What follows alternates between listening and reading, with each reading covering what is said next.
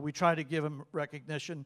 That case came about this year, and it's the Stop and Shop area along Route 303, which many of us remember as being a real dump. I mean a dump because that's where the fiber used to dump their material. They did a great job on meeting all the environmental requirements to be able to build on the property. And their management team and one particular person has really put his foot forward and done the right thing. Not just what had to be done, but did more, went the extra to really make it look nice. So we want to recognize Al Rossi from RD Management, LLC. They've done a beautiful job. Part of the requirements were that they needed to put in a stormwater ponding area to be able to accept the overflow or the runoff. Instead of just putting in a hole in the ground with some rocks around it, he's done a beautiful job of landscaping it. Interior, they could have used just a galvanized fencing where it had to be for guide rails, but they came to the town and said, you know what, we'd like to use wood fencing. Do you have any issues with that? Planning board was fine with it. We were all fine with it. And they put in fountains in their water pond that were not required, but they did it because it looks good. And at night when they're colored, it looks great. So we want to thank Al. I know a lot of history about Al. He started his career, or very early in his career, working for the town DPW as our town engineer. Later, a long time ago, but I remember. And also did a stint on the planning board for us, and now a builder developing properties and really doing the right thing, and we do appreciate it, Al.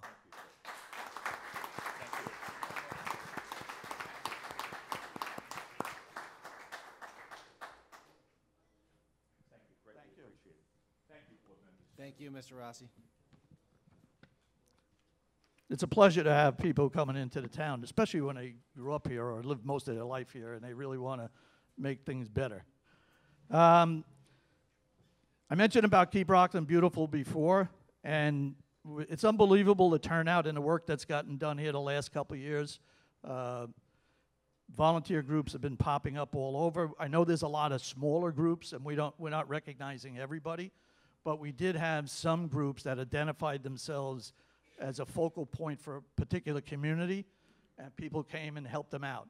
And those community groups are the ones that we want to recognize tonight.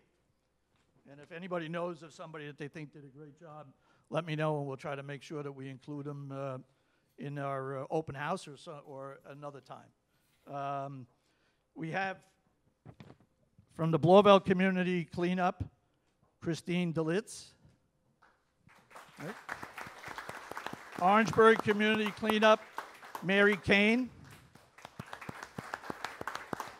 Pearl River Community Cleanup, Geraldine Collins and Robert Tompkins.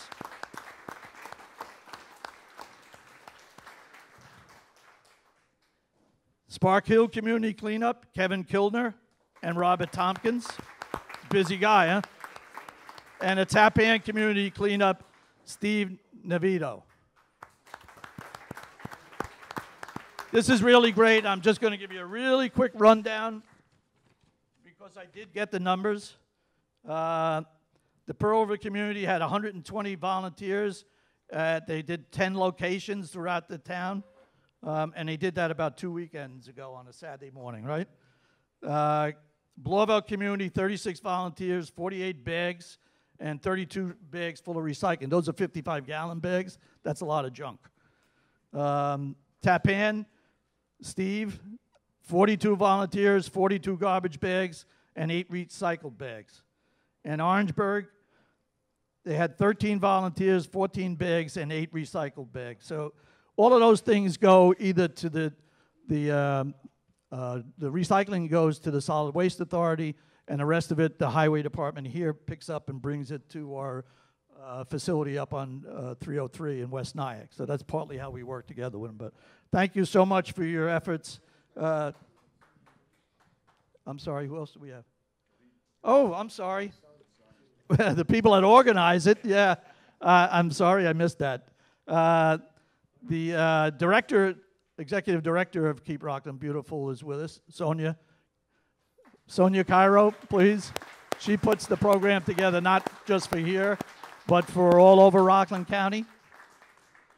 And Galit Mayani, who is the program director, who actually did all the organizing for the town of Orangetown.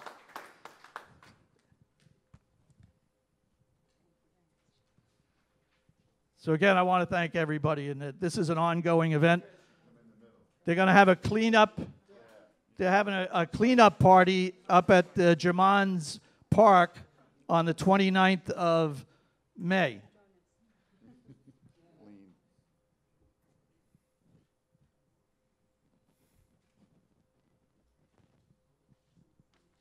Great. Thank you very much.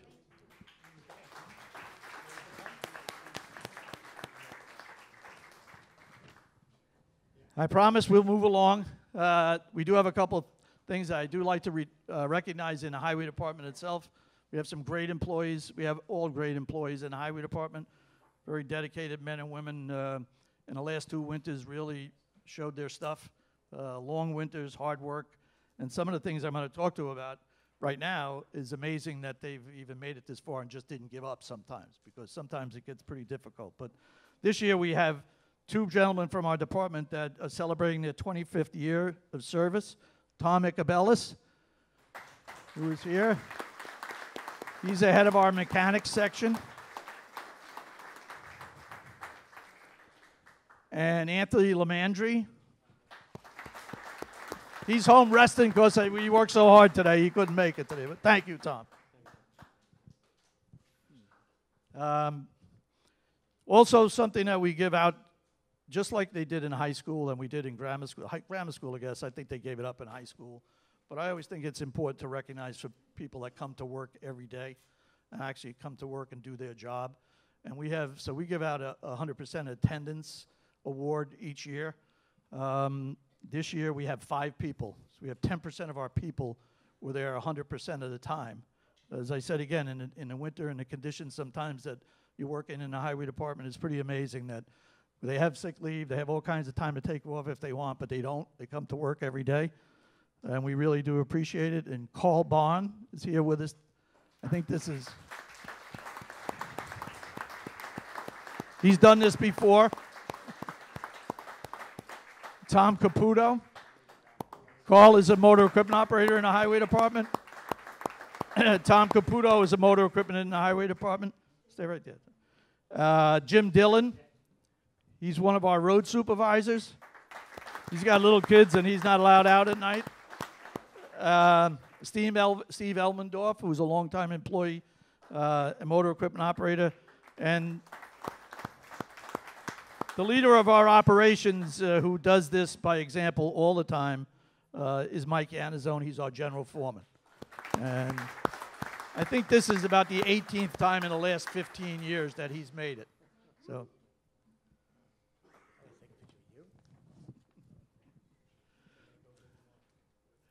These guys are the ones that make things happen in Orangetown. I appreciate your efforts. Thank you. And last but not least, we did have a retirement this year. Who was so happy with his retirement he wouldn't show up. He's just home. He actually worked for us until March 16th because he wanted to get us through the winter. He could have retired 4 months before that, but he decided not to. He stayed with us, and we appreciate his 33 years of service. The guy that broke me in on the job was his grandfather. So we have a long history, and that's Michael Gieberhaus. I know he said he wouldn't come because he wanted to stay home and relax. So I think that's it. Do we have anything else? Okay. All right. Well, thank you very much, Town Board. Appreciate your giving us this time. We stayed under not bad. Okay. Just Jim, on behalf of the Town Board, I just want to congratulate you and your department on your leadership. And it really is community partnership, and you can see on behalf of the employees and the various groups represented here that keeping Orangetown clean and beautiful and attractive is something that can only happen if everybody works together. And that includes town employees, and it includes volunteers, and it includes local businesses and others all chipping in. And it's just a great example of a community that works together. I think for folks who maybe came in here and didn't know this event was happening, it helps you to see what this town is made of, and hopefully that translates into sort of a positive cycle and maybe pass the word along, and other people can get involved because good deeds are contagious. So congratulations. Thank you, thank you. Just one more reminder, Saturday morning, 10 a.m. Is our open house, and actually the 17th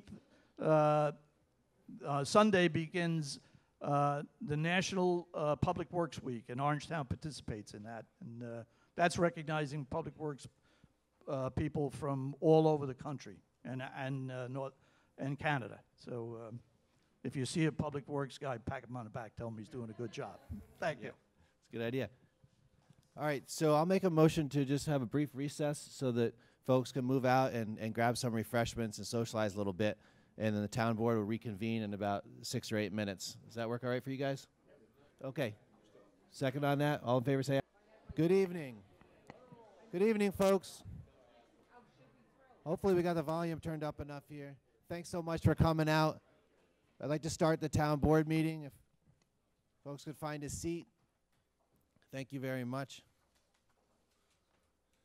Once again, congratulations to the Highway Department and all the volunteers, and for keeping Orangetown looking great. I'd like to make a motion to open our public comment period. Can I have a second? Valentine, all in favor, say aye. Aye. Oh, I'm sorry. Wait, we're going to start the public hearing. I misspoke. We're going to do one quick thing before public comment, and that is we had published this public hearing on a minor zone issue for presumably for 8 p.m. or shortly thereafter. And if we take care of that right away, then we'll be able to stay on track with that. And if anybody's out here for that, then we will be able to hear those comments as they were intended at 8 o'clock. So I'll make a motion to open the public hearing on the proposed local law for changing properties in the hamlet of Blauvelt. Second. I got a second from Tom Moore. All in favor say aye. Aye. The ayes have it. So the public hearing is open on the matter related to the zone change in Blauvelt, and the agenda has a description of that zone change and the various steps that the town board can consider going through, and information that we've all looked at. Is there anybody here to speak on the matter of the Whittier Road Blauvelt zone change question? Yeah, I see a hand up. Please come on up. Tell us your name and whatever you have to say. If you could just use the lectern, please, because the audio makes it possible for everybody to hear. And there is a television broadcast of our meeting, so people appreciate being able to hear on TV too.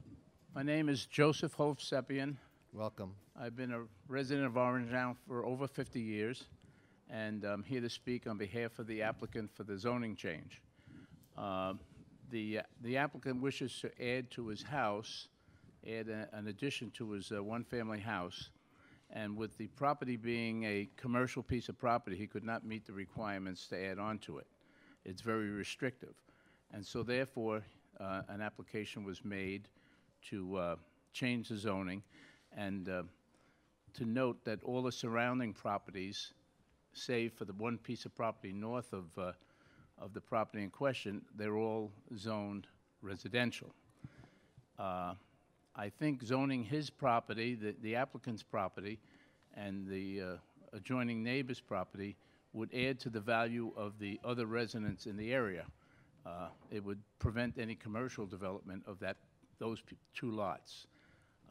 I'd also like to add that the applicant has been a lifetime resident of Orangetown, and he's a very active person in the Blauvelt Volunteer Fire Department, and we'd like to ask for your favorable consideration of this application.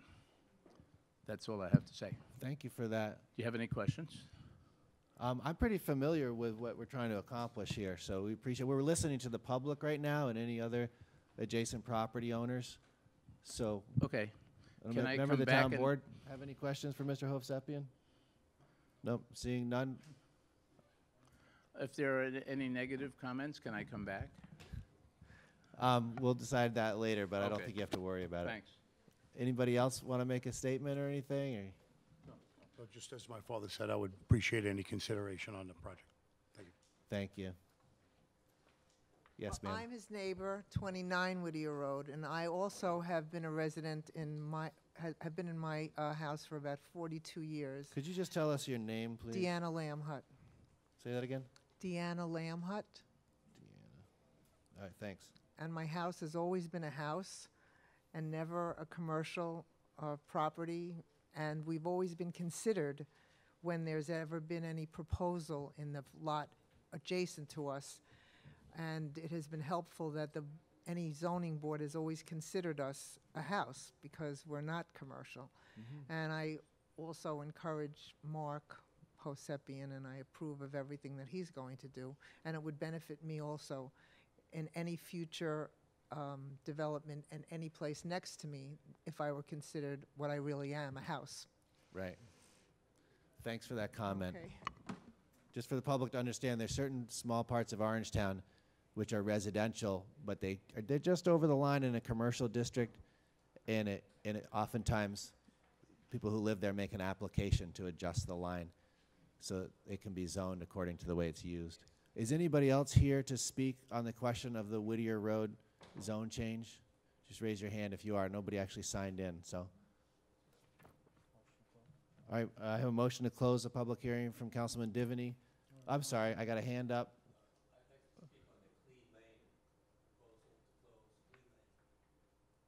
I'm sorry, I think that's a different. That's not part of this public hearing. That's a parking issue. Listen, sir, when in a minute or two, we're going to have public comment period, and you can speak on any topic you'd like. And I have a whole list of people who signed in for that. And just to be clear, for folks who are here to speak on a different issue, we do have the public comment period. It's coming up. Parking issues, anything else you've got, please advise the board. But seeing no hands for the Whittier Road zone change public hearing, I'll hear a motion from Councilman Divany to close the public portion. A second from Valentine. All in favor, say aye. Aye. The ayes have it. The next item on the agenda,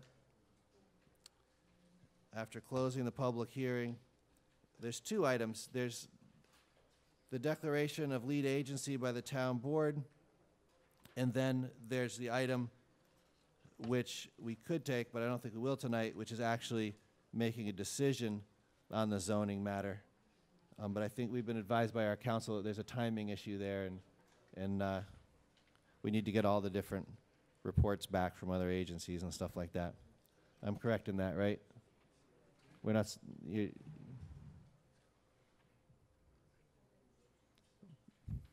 it was circulated to the county planning department, which did respond, had several comments, the principal of which was to look at a couple of adjacent or nearby parcels that you might want to rezone as well.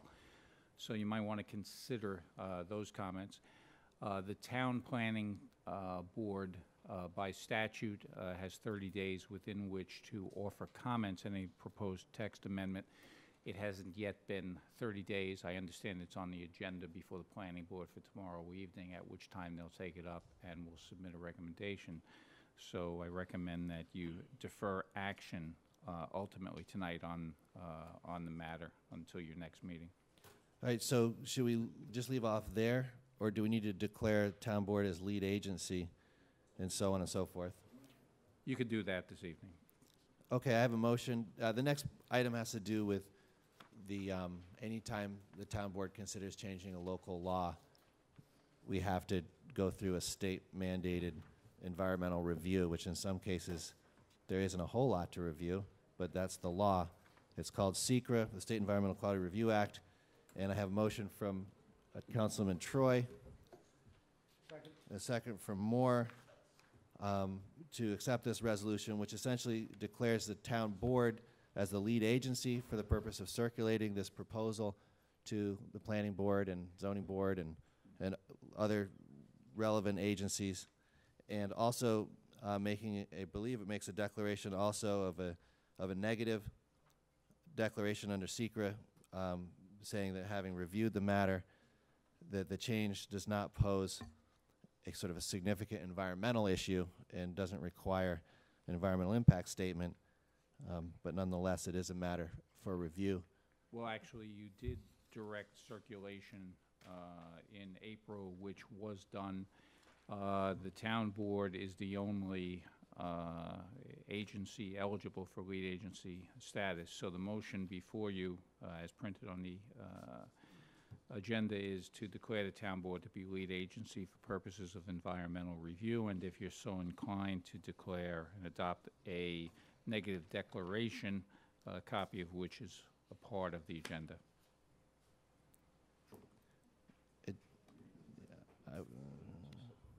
No, that's what the resolution is. It was, you did move it already. Yeah, so a second on that. So the resolution contains the information about potential environmental impacts that have been reviewed with an environmental assessment form. It doesn't add up to much, hence proposals by Councilman Troy and Moore that we accept this resolution as written, a negative declaration under SECRA. The town board is lead agency. All those in favor say aye. Aye. The ayes have it. Motion passes. And that's it on that for now. But we'll look to see what other information we get back and defer further decision-making on this matter probably until the beginning of June. Okay? The Hovsepian family hopefully can hang in there a little while. So the next item, we're deferring. Question.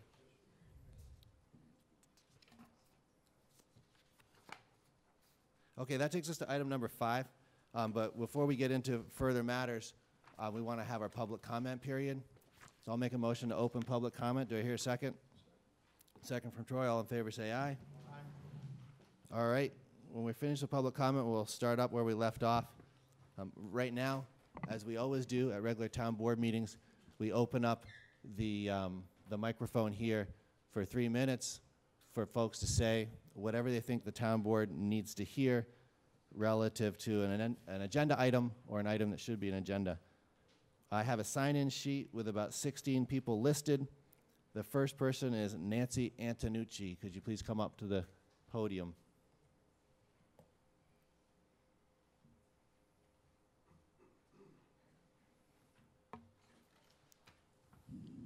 My name is Nancy Antonucci, and I'm chairperson of Reason.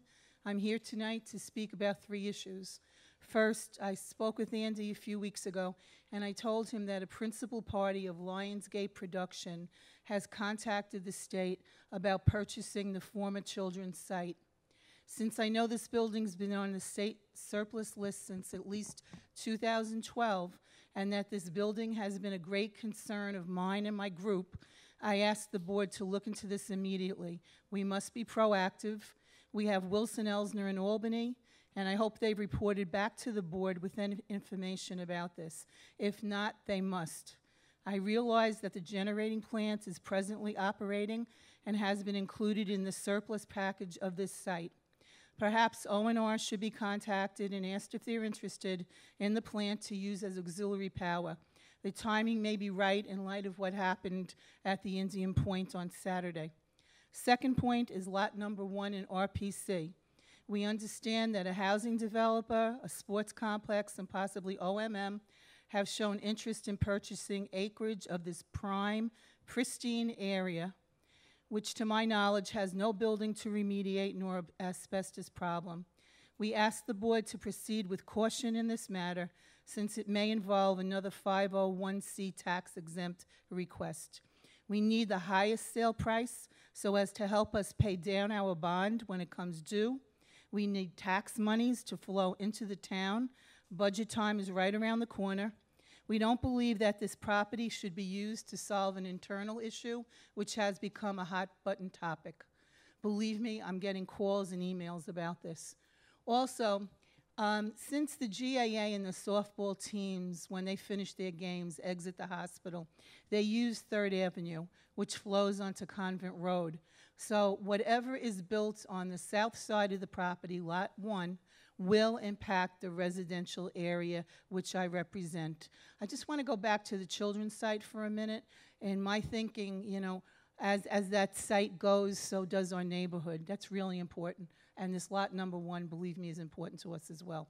Finally, 2 weeks ago, I invited an interested party who brought along a real estate developer to sit down with me and Andy. The concept that was finally discussed is one that I mentioned to a few town boards members over the years. It's not a movie studio. It's interesting, but one that is just in its infancy. More information is forthcoming, and hopefully something will develop since it involves the core of the hospital and a good number of acres. As always, thank you for what you do, and I ask that an updated information on Lot 1 be given to me to pass along as you are allowed to do. Whoa. I also, in case you missed it, because I was trying to go real fast. Thank you. Thank you. Thanks so much, Nancy. Okay. We appreciate when folks give us a written statement because it's easy to keep track of it. And Reason is a group that's really paid close attention to the Rockland Psych redevelopment goal and helped out a lot with that. So thanks for that. Person number 2 is Lynn Sweeney, also from Reason. Welcome, Lynn.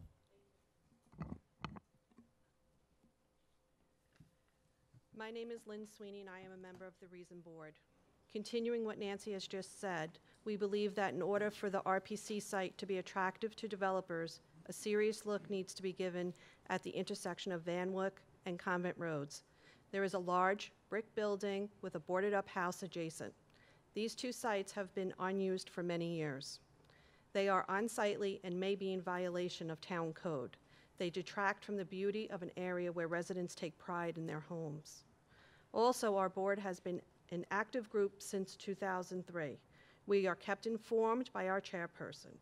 We are willing to volunteer our time if and when the town decides to form a community committee to address the redevelopment of the RPC site.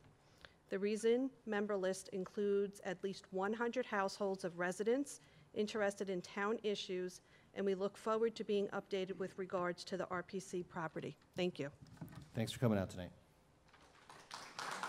Robert Tompkins.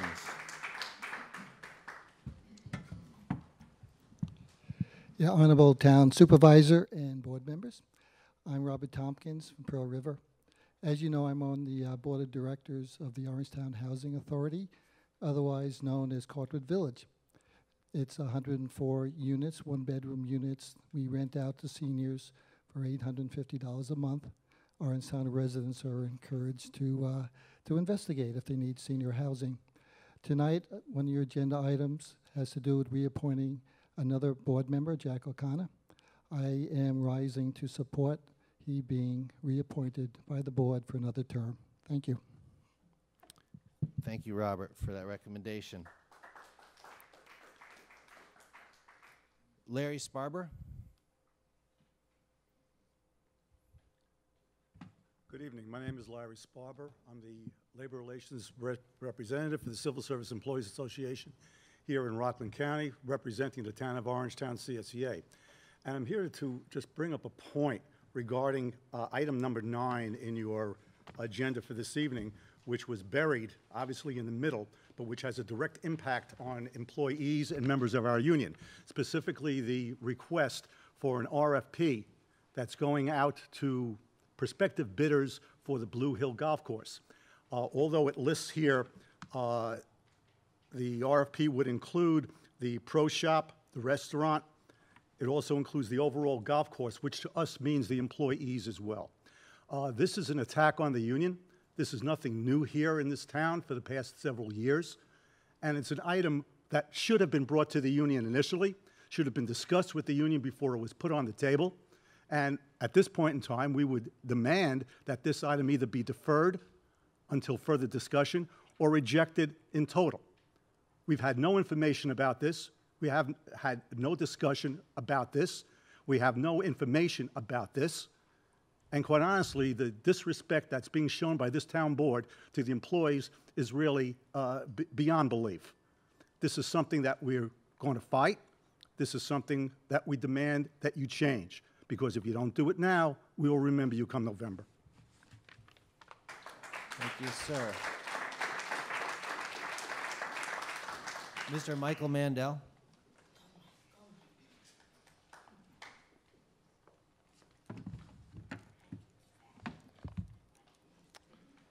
Hey, good evening, Supervisor Stewart and members of the Town Board. For the record, I am Michael Mandel, a resident of Pearl River.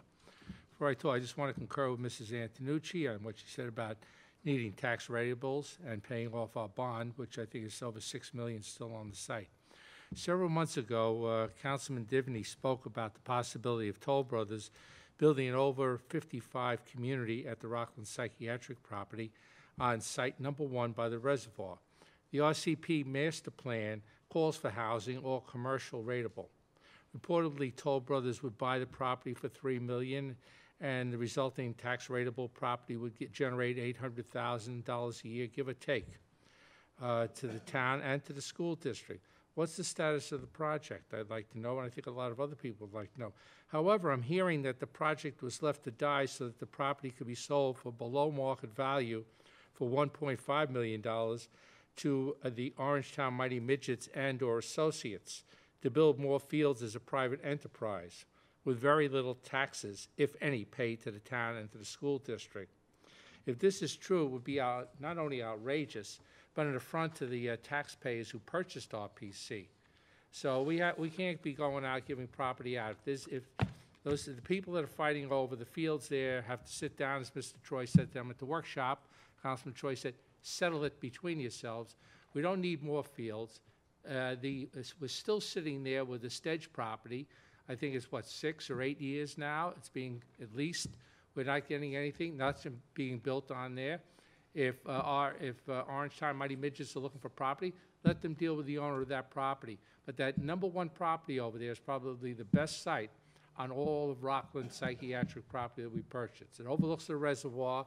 It's ideal for offices or for housing. Tax ratables that are going to pay into our school district and the town. Not a sports complex. We don't need that there. Let them build something somewhere else, near to where they are. Thank you. All right. Ms. Eileen Larkin.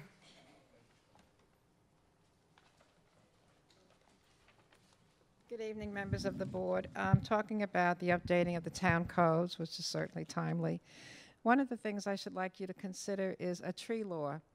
And by this I mean that a site might not be cleared of trees prior to the site plan receiving final approval, and that our town code be in compliance with a state ban on cutting certain trees between the months of April and September.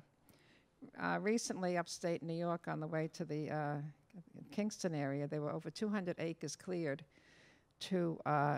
before the site plan approval for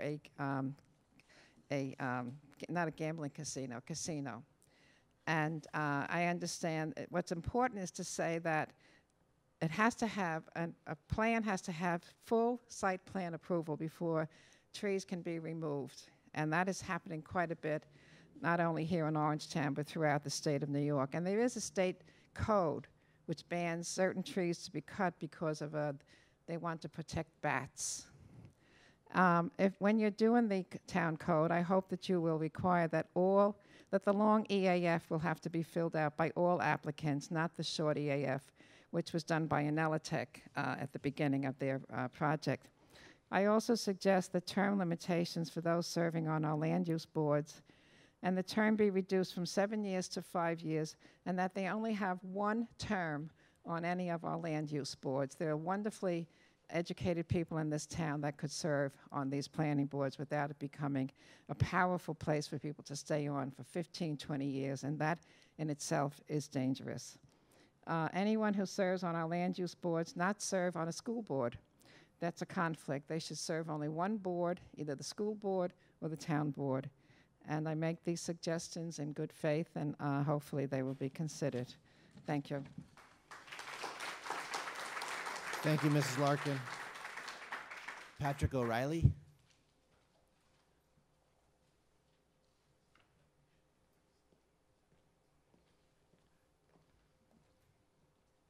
Hello, Supervisor and Town Board, and thank you for your service to our local government.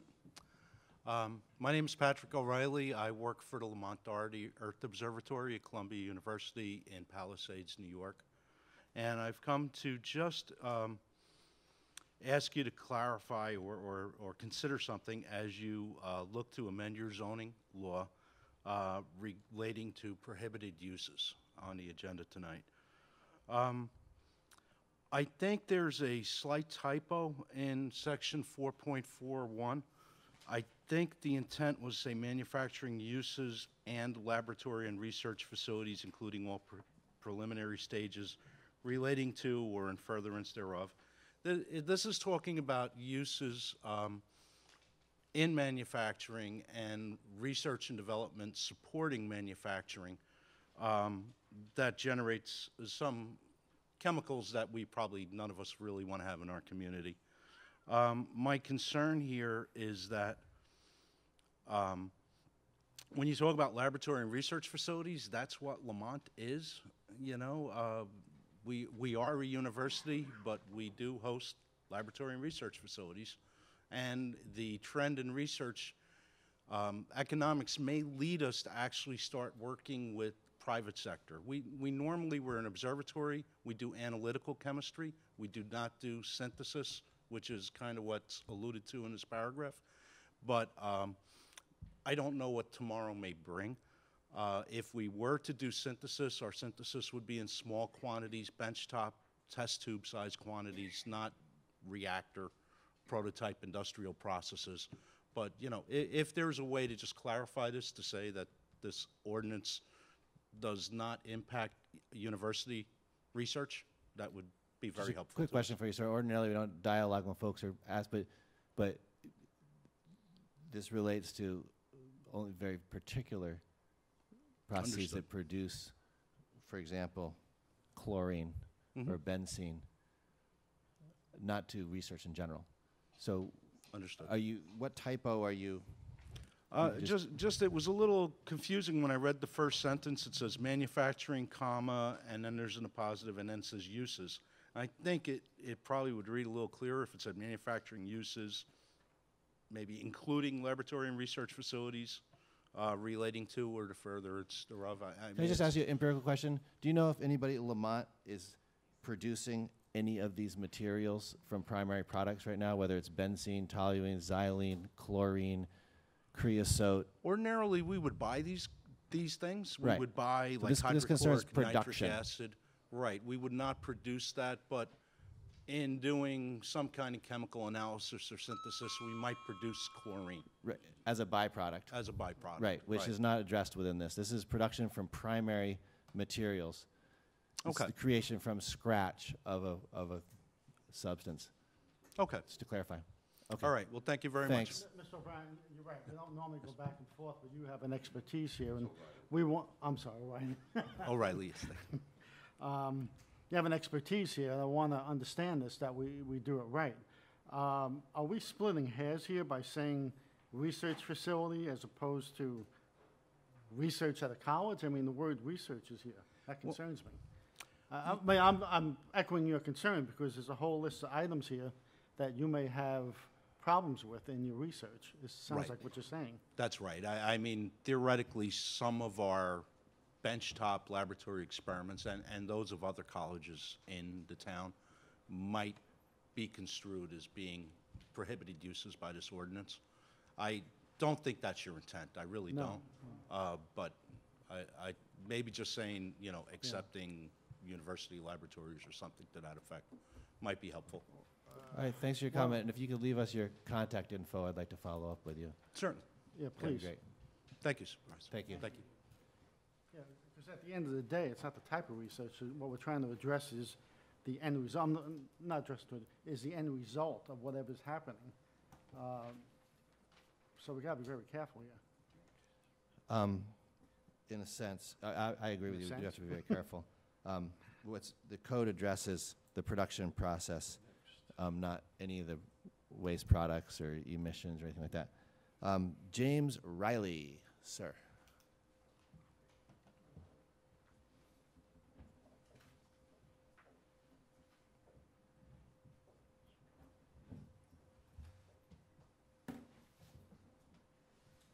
Gentlemen, James K. Riley, Pearl River.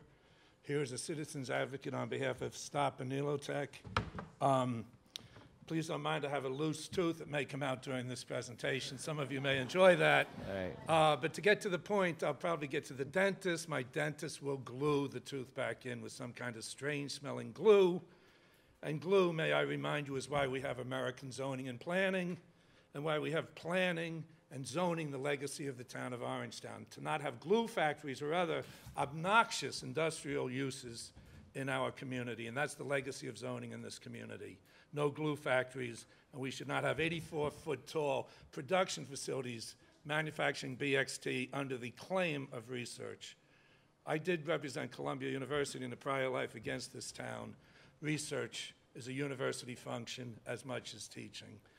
As to glue factories, the legacy, Anilotech, the benzene, it's not much different from a glue factory. Secondly, all of us have heard Mr. Sadowski, and I'm not sure that he's here anymore, but Mr. Sadowski's dog and pony show, that there's no more coming out of that smokestack than comes out of a lawnmower. Well, Dr. Bahari, two Dr. Baharis, who are Columbia University PhDs, have both analyzed Anilotech's numbers, and they will make a submission tonight. And under that submission, Mr. Sadowski's analysis is off by 500,000, a factor of 500,000. So take this book, not to read it. I love books, law books, but to take this, that's factor one, explode that out by 500,000, and that's how far off Dr. Bahari's believe the analysis is on the lawnmower concept which was fed to this community.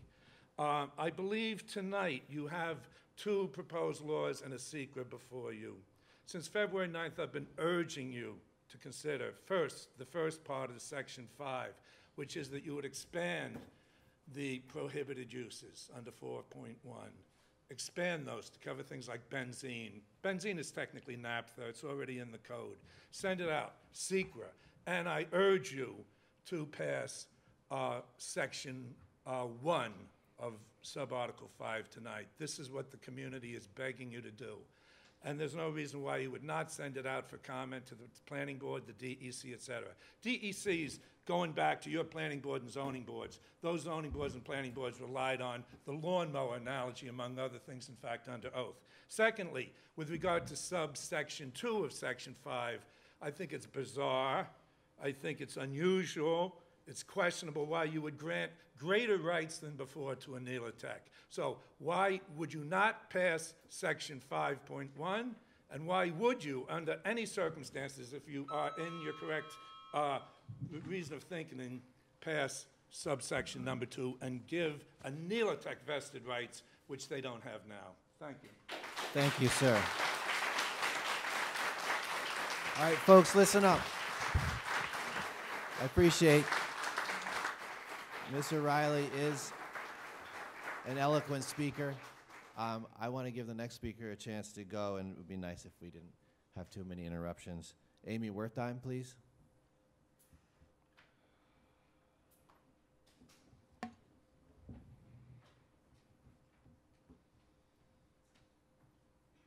Amy Wertheim, Pearl River, New York.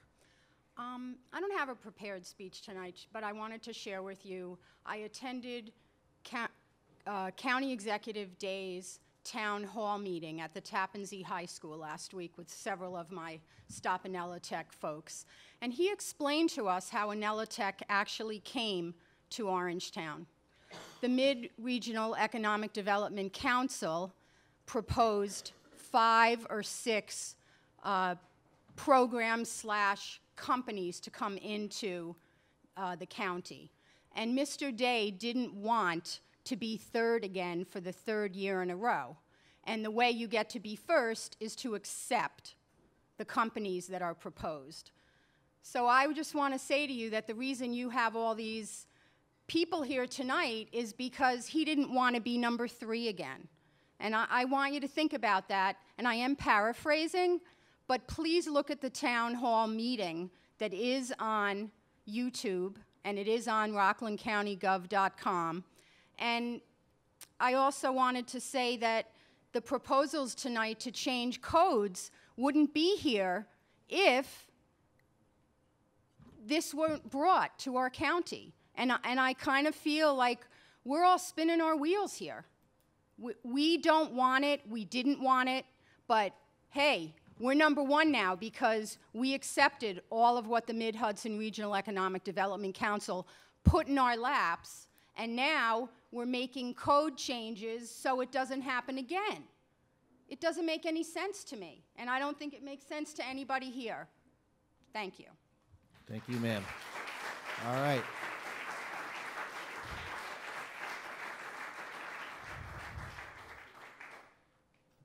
John, I'm going to, thank you, John. Lunabos, thank you.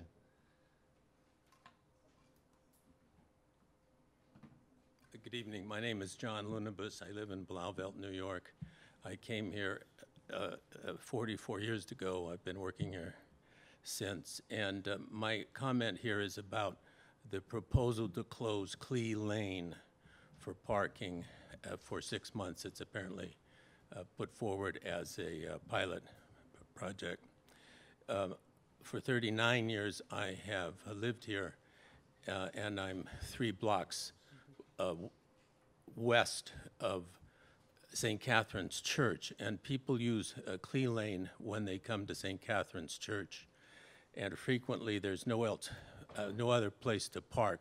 People park on Mooring Drive and Clee Lane, which is 1 block west of St. Catherine's Church on Western Highway. And the many church events, especially Christmas, Easter, the big holidays, confirmations, First Communions, big funerals, there's no parking in the parking lot at all. Many Sundays there's no parking in the parking lot. So these lanes are necessary for parking. I parked there for over 2,000 days, given the number of Sundays and years I've been coming here. So I would like you to forget that closure of Clee Lane. I think it's, and secondly, I'm afraid if it restricts my attending church, it will be an obstacle for the observance of the First Amendment, which is my right. And so I would consider looking at a lawsuit against the board or whoever passes this as a violation of First Amendment exercise. Thank you. Thanks for your comments, sir.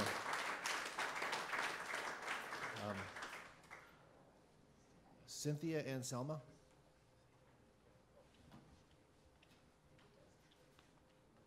Cynthia Anselmo, Palisades, New York.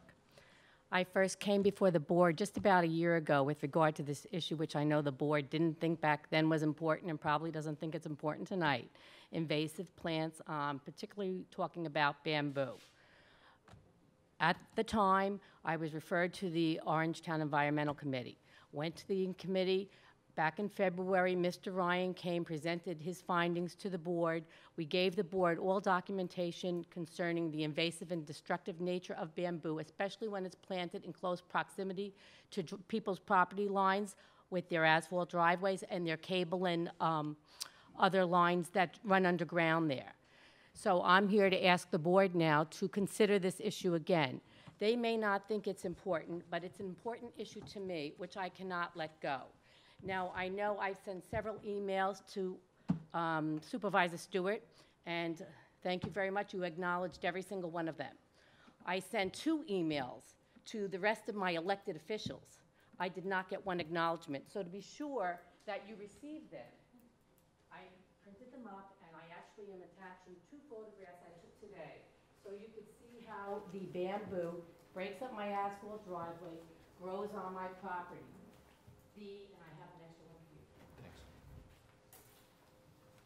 Mr. Ryan from the Environmental Committee had made the recommendations also that bamboo should not be planted in close proximity to property lines and underground cables. We presented a lot of evidence at the time, documents, photographs, and nothing has been done. This is an issue that I can't let go. So I'm hoping that the board will seriously consider this problem, because if it was in your backyard or breaking up your driveway, it would be a different story. So I would ask that the board take another look at it. Thanks. The pictures are alarming. Is that plant coming up through pavement or through gravel? Yes, through the asphalt. Through asphalt, That was wow. taken this morning. Every year we have to cut it down, but it doesn't matter. Every spring it grows wild. This is in 2 or 3 days. That's how high it is, and I do not intend to cut it. So I don't know where the property maintenance code falls into play here. But if you ask me, I see no logical reason why the town cannot adopt or amend the property maintenance code to control the planting of invasive species. If somebody wants it, fine. Plant it 10 feet, 20 feet away from a property line. Piermont, several other communities, and I mentioned this before, banned bamboo in their own towns. So, I mean, if Orangetown is not going to look forward to, a future looking as far as the issue of bamboo, maybe the least they could do is, enact some sort of a code where there's a restriction on where it can be planted. All right, thank you for that. Esther Baitler? Esther?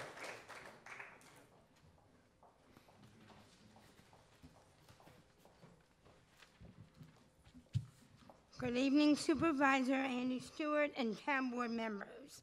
For the record, my name is Esther Ann Paitler, and I'm a consumer who lives at the Kathy Lucas Independent Living Center in Spark Hill. This morning when I went to take out my garbage, the sewer odor was foul. A number of our consumers have had the same problem. I want to know what's going to be done about it. I keep hearing you're going to get new sewer covers. Nothing has happened, and it was absolutely horrible this morning. I also would like to know what is happening with the new light for Orangetown, Piermont, and Spark Hill. Andy, you mentioned it quite a while ago. What is happening with it? Frankly, Esther, I'm not sure which traffic signal The you're talking about. LED light that you had spoken. Oh, the street light project. Right. Okay, I'll provide a little update on that later. But yeah, all the street lights belong to Orange and Rockland, and we're in the process of negotiating a purchase. We really need these lights. There I are agree with people over at Stack who are blind and who can't cross the street without help. Thank you for reporting back on that. I also feel really strongly that when people do the pledge at the town board meetings, someone should sing the national anthem. It's a nice way to start off the town board meetings. It makes it more pleasant for everybody. I also just want to mention, when you talk about St. Dominic's, you should really think that Venture and St. Dominic's are sister agencies. That's what makes us great out in the community. We all work together in a collaborative way to find jobs for people who need to work. So please don't leave us out when you mention St. Dominic's. People think it's okay, and it's not. We all work together, and we all need the same support and services. And we all need to realize how important these agencies are. Because if there weren't Venture, St. Dominic's, ARC, Geronio, there would be nothing. So again, I urge you, when you mention St. Dominic's, Venture's in that same category. Everybody needs to work together. I think this is an important issue. This isn't a laughing matter, but I tell you straight out that we are sister agencies. Thank you and have a great Thank you, Ms. Baitler, for those recommendations. Point very well taken. We appreciate that. Emil Bahari?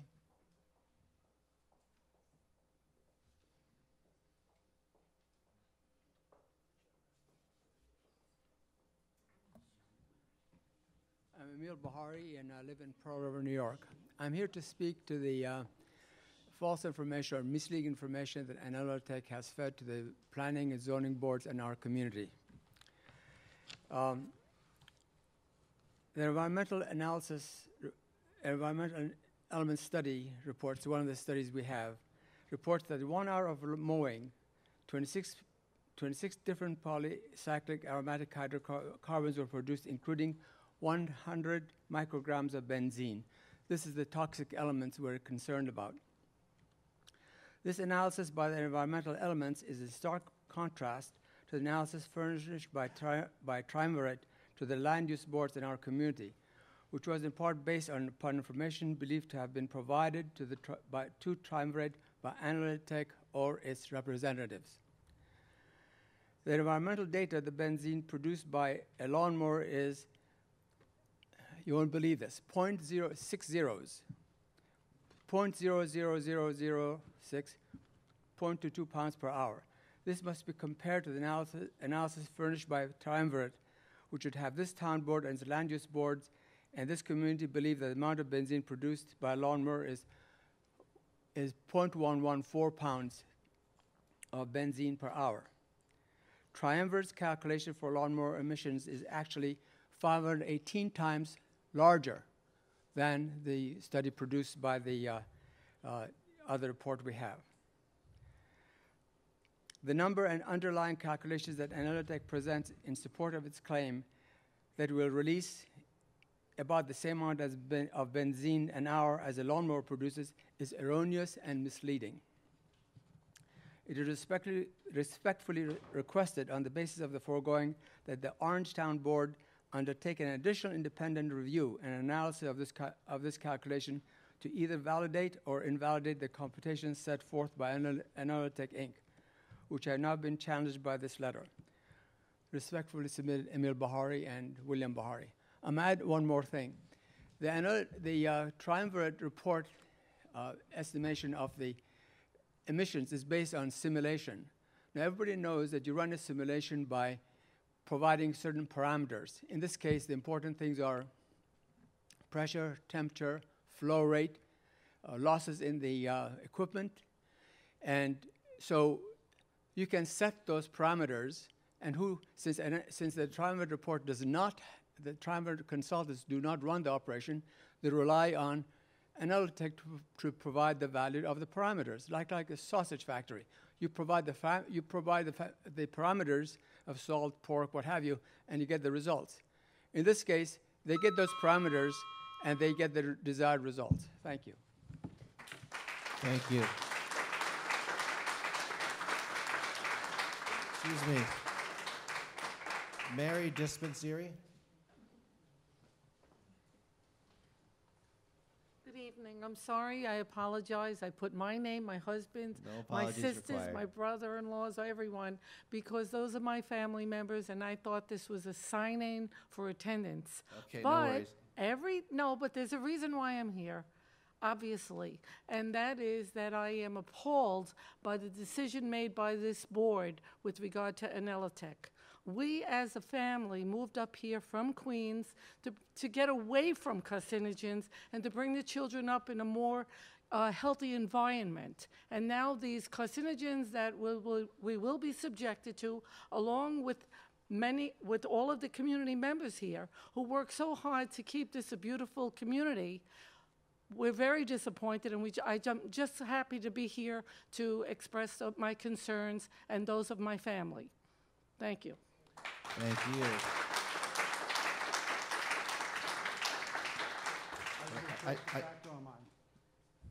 No, that's important. Just to clarify, I appreciate you speaking, but it's a planning board that handled the applicant of Analytech. This board did not, just to be clear. We didn't pass it. I didn't mean. Okay, you said this board. I'm sorry, I'm on the board. Excuse me. Thank you. No, it's just, we all appreciate it. There's a lot of knowledge, and Mr. Moore is right to point that out for sure.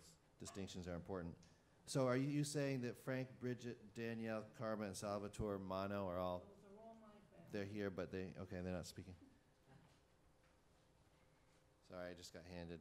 Okay, this is Mr. Bahari's comments in written form. All right, that's very useful. Thank you.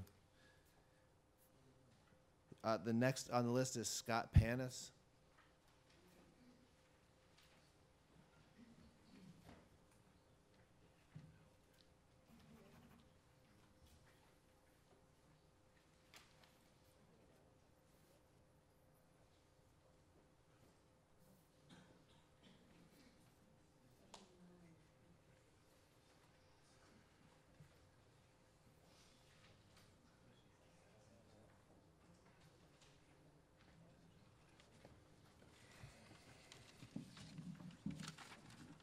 Hi, good evening. My name is Scott Panis. I'm from Nanuet, New York.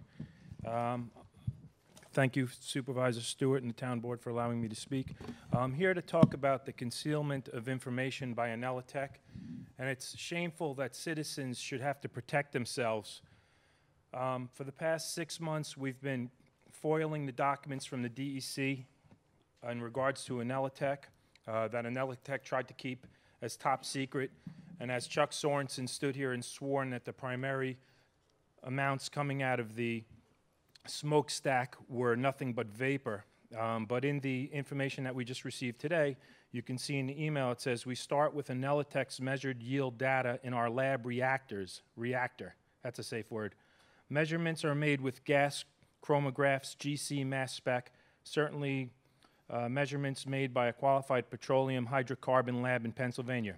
Our measurements include trace compounds along with the measure products of the process, which include carbon monoxide, carbon dioxide, methane, benzene, toluene, and xylene, ethylene, propylene, butylenes, and various levels of C5 and hydrocarbons typically found in gasoline. These reactors are operated in such a way that they highly favor the formation and yield of our desired benzene, toluene, and xylene. But that to me does not sound like vapors coming out of the stack and water.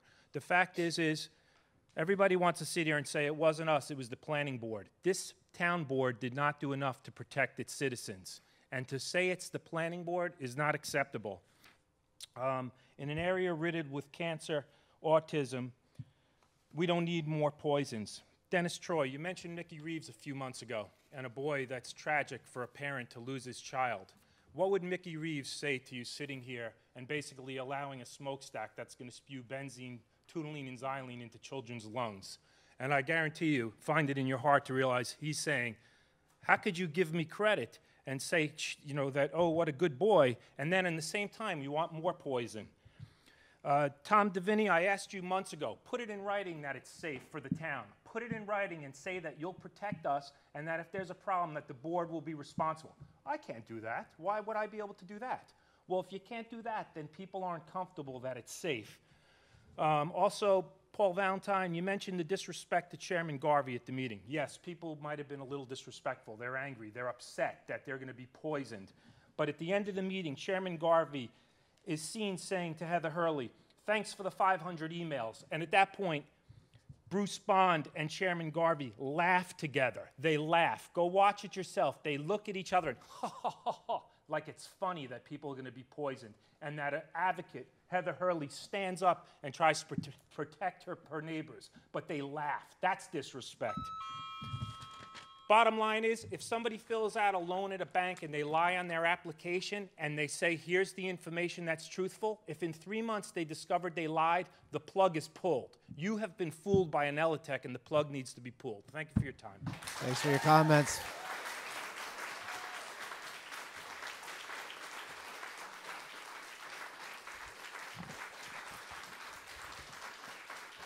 All right. That is everybody who actually signed in on the sheet. Is there anybody else here to speak during public comment period? I see a hand. Okay. Ms. Hurley.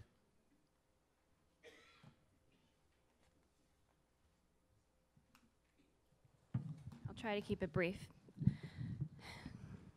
Good evening, council members. First off, I would like to reiterate that the position of the Stop Anelitech movement remains clear, that a chemical plant producing carcinogenic material, in addition to a full emissions list still being concealed by this company and the New York State DEC, does not belong in a residential area. In a New York State DEC FOIL appeal pursued by John Tormey, vital information concerning emissions was released by the DEC just this afternoon. In the December 3rd email, which contained redacted information by the DEC, the information now presents a partial list of compounds, some not previously disclosed, including carbon monoxide, carbon dioxide, methane, benzene, toluene, xylenes, ethylene, propylene, butylenes, and various levels of C5 hydrocarbons typically found in gasoline. The email also continues to state that the oxidizer vendor has told us, Inelitech, that 99.5% benzene destruction efficiency can be guaranteed, and that Inelitech admits it has not done rigorous calculation of vent pipe height. Well, what else have they not rigorously calculated? What else have vendors told them, yet remains unproven by tests that have not actually been conducted by this company? And why is it that residents need to push to have even this much information to be disclosed to the public when a full list of emissions is still being concealed? Where were your FOIL requests and appeals?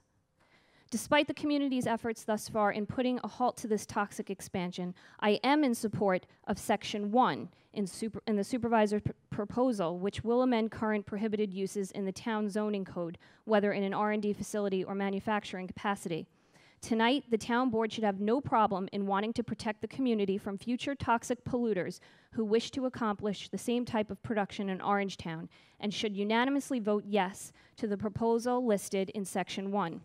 As the Orangetown Planning Board meeting on April 22nd, the CEO of Inelitech, David Sudelsky, stated, "Inelitech is conducting research, never manufacturing here." With that said, this board should have no reason to cite the McGee case or any other reason why they cannot vote yes to this proposal in Section 1 and limit Inelitech to the current R&D amounts that they listed in the long EAF. Inelitech has stated all along that they are solely R&D, and their application to the town lists R&D. So any attempt for this company to argue a case against the town prohibiting the manufacturing of these chemicals when they want to scale up again in the future would not be supported.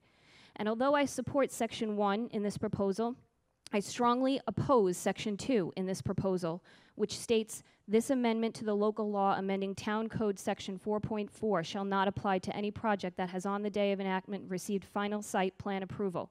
My question to the board is this: why has it taken over 6 months for any of you to propose such an amendment to the town code and then wait for this company to receive final site approval before inserting Section 2, which gives Inelitech full right to proceed?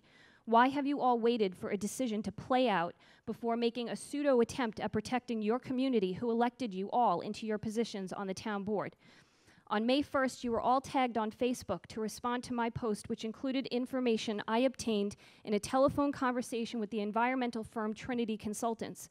The post stated that even if Inelitech's smokestack air emissions are monitored by an outside environmental firm, and who's to say that a continuous 24/7 monitoring will even be put in place, they're not required to provide any of that information to the town or New York State DEC. When they are exempt from the DEC air permitting guidelines due to their bogus R&D status, their information is considered client confidential. Ms. Hurley, will you give us a written copy of this, because you're running through it so fast and there's so much information there? Yes. We appreciate it. Okay. And also the 3 minutes is up, so if you could wrap up your thoughts, and we'll make sure other people have a chance to speak too. Sure. Also, this same post went on to inform people that Trinity Consultants does not even conduct stack testing for volatile organic compounds. And none of you responded to that post when asked to weigh in or to offer ways in which you were all going to ensure the health and safety of the people you represent is not put at risk. Mr. Valentine, you even removed yourself from the Stop Inelitech Facebook group after that request. And in an email dated May 5th to all of you and Mr. Giardello, which still remains unanswered, there were 12 questions listed pertaining to actual emission testing, and not just some quasi-monitoring program where some outside firm relies on information provided by this company. Even County Executive Ed Day stated at his town hall forum on May 6th, when speaking about the Inelitech application, he said, "Now, seems to me that that's not what you want. You don't want to have an applicant tell you what it is, and then you as government accept it, and then go to the local board and then say, this makes sense." Here are the questions that were posed in my email. Listen, going through all 12 questions right now, I feel like it's unfair to other speakers. We've been going for like 4 or 5 minutes now. That's fine, but it's been a week, Supervisor, and no one on the board has responded to these questions. I'm I happy feel to like it's the respond to that. community's, it's fair to the community to hear these questions. There are a whole lot of questions that still remain to be answered with this project. They do, but I think the audience out there who's watching deserves to hear these questions because no one else is addressing them. No one else is addressing them. Right, well, you know, I appreciate the work you put into this, and I'm happy to speak to the matter when you're finished, because we might not need to go through all of the questions that are out there. Okay. Would someone else like to read the 12 questions that I have stated here? They're written down right here. They're just from an email. That's a good way of getting it done.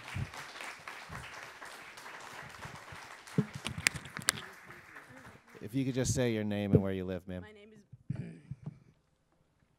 My name is Mary O'Sullivan. Thank you, I Ms. work very O'Sullivan. hard to stay in this house that I have. Question number 1, who is conducting the stack testing? Not just an air monitor review by the company, but what company will be subcontracted out to test for these emissions? How has this town confirmed that Trinity Consultants even conducts stack testings for VOCs? Number 2, what specific chemicals and toxins will they be testing for? New York CERTA has emissions test protocols for their website from biomass, including testing for lead, cadmium, arsenic, mercury, and a host of pesticides and herbicides. These are in addition to testing for BTX emissions, especially when the biomass source has not been provided. Number 3, where will the apparatus that is testing these emissions be located? Where is the name of the equipment and the manufacturer and the equipment, excuse me. Number 4, is the testing done on a continuous 24/7 cycle? If not, why? What factors are taken into consideration regarding temperature, weather conditions, and time of year when testing these emissions? Number 5, will all records with emissions testing be available to the public for review? Number 6, what are the sets of rules in place to determine what is considered hazardous, especially since these tests may not have been reported to the DEC because of the R&D status? Number 7, how often will these test results be submitted to the town? Who from the town will review these results, and what guidelines will be in place to determine if the emission rates are too high?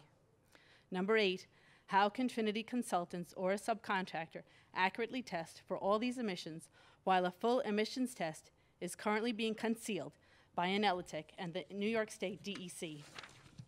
Number 9, what will the role of the town board be in relation to the transmission of the test results provided? Will the outside testing firm be in contact with Anelitech about the results prior to notifying the town? Ideally, the information should first be given to the town and then shared with Anelitech if necessary. Number 10, what experts will the town utilize to analyze the data from these tests, and who will pay for that? Number 11, has Anelitech's escrow account been set up yet? Number 12, who will monitor the payment transactions from the escrow account to Trinity? I sincerely hope that since a week has passed, some of you who have mentioned even a smattering of concern about this project would have followed up with this company and obtained answers to these questions and could provide them tonight. Thank you. Thank you for those questions. All right, folks. By a raise of hands, I see a hand in the back. I can't see who it is, but all the way to the back row there. Sir, I'm sorry, Billy. I was calling on the gentleman in the back, but we'll get you next, all right?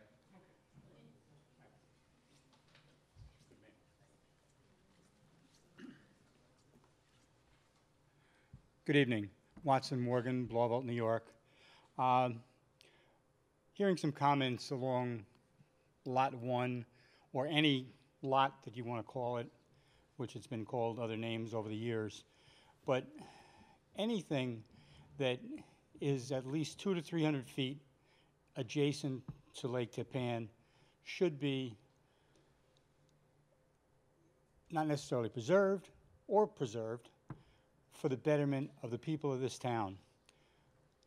I've seen in the last couple of weeks a couple of other soccer programs, other recreational programs that integrate open space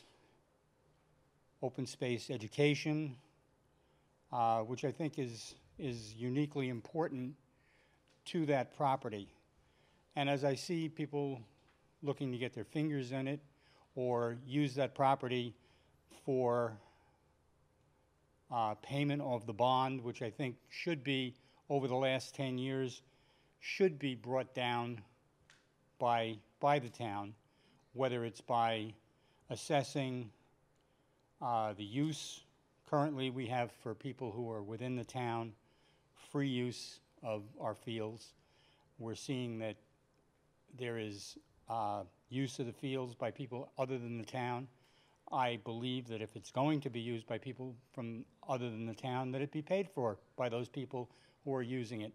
I understand that to develop and have the proper number of participants on a particular team, the U8, U16, U15, whatever you want to call it, you may need to have people from outside, but they should pay. This is our town. Looking in the last couple of months, the laws of Clarkstown, which have said that the park use is for the park people only within Clarkstown.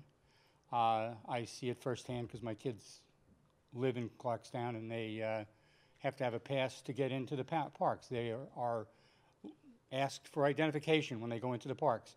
Maybe we should be doing that also.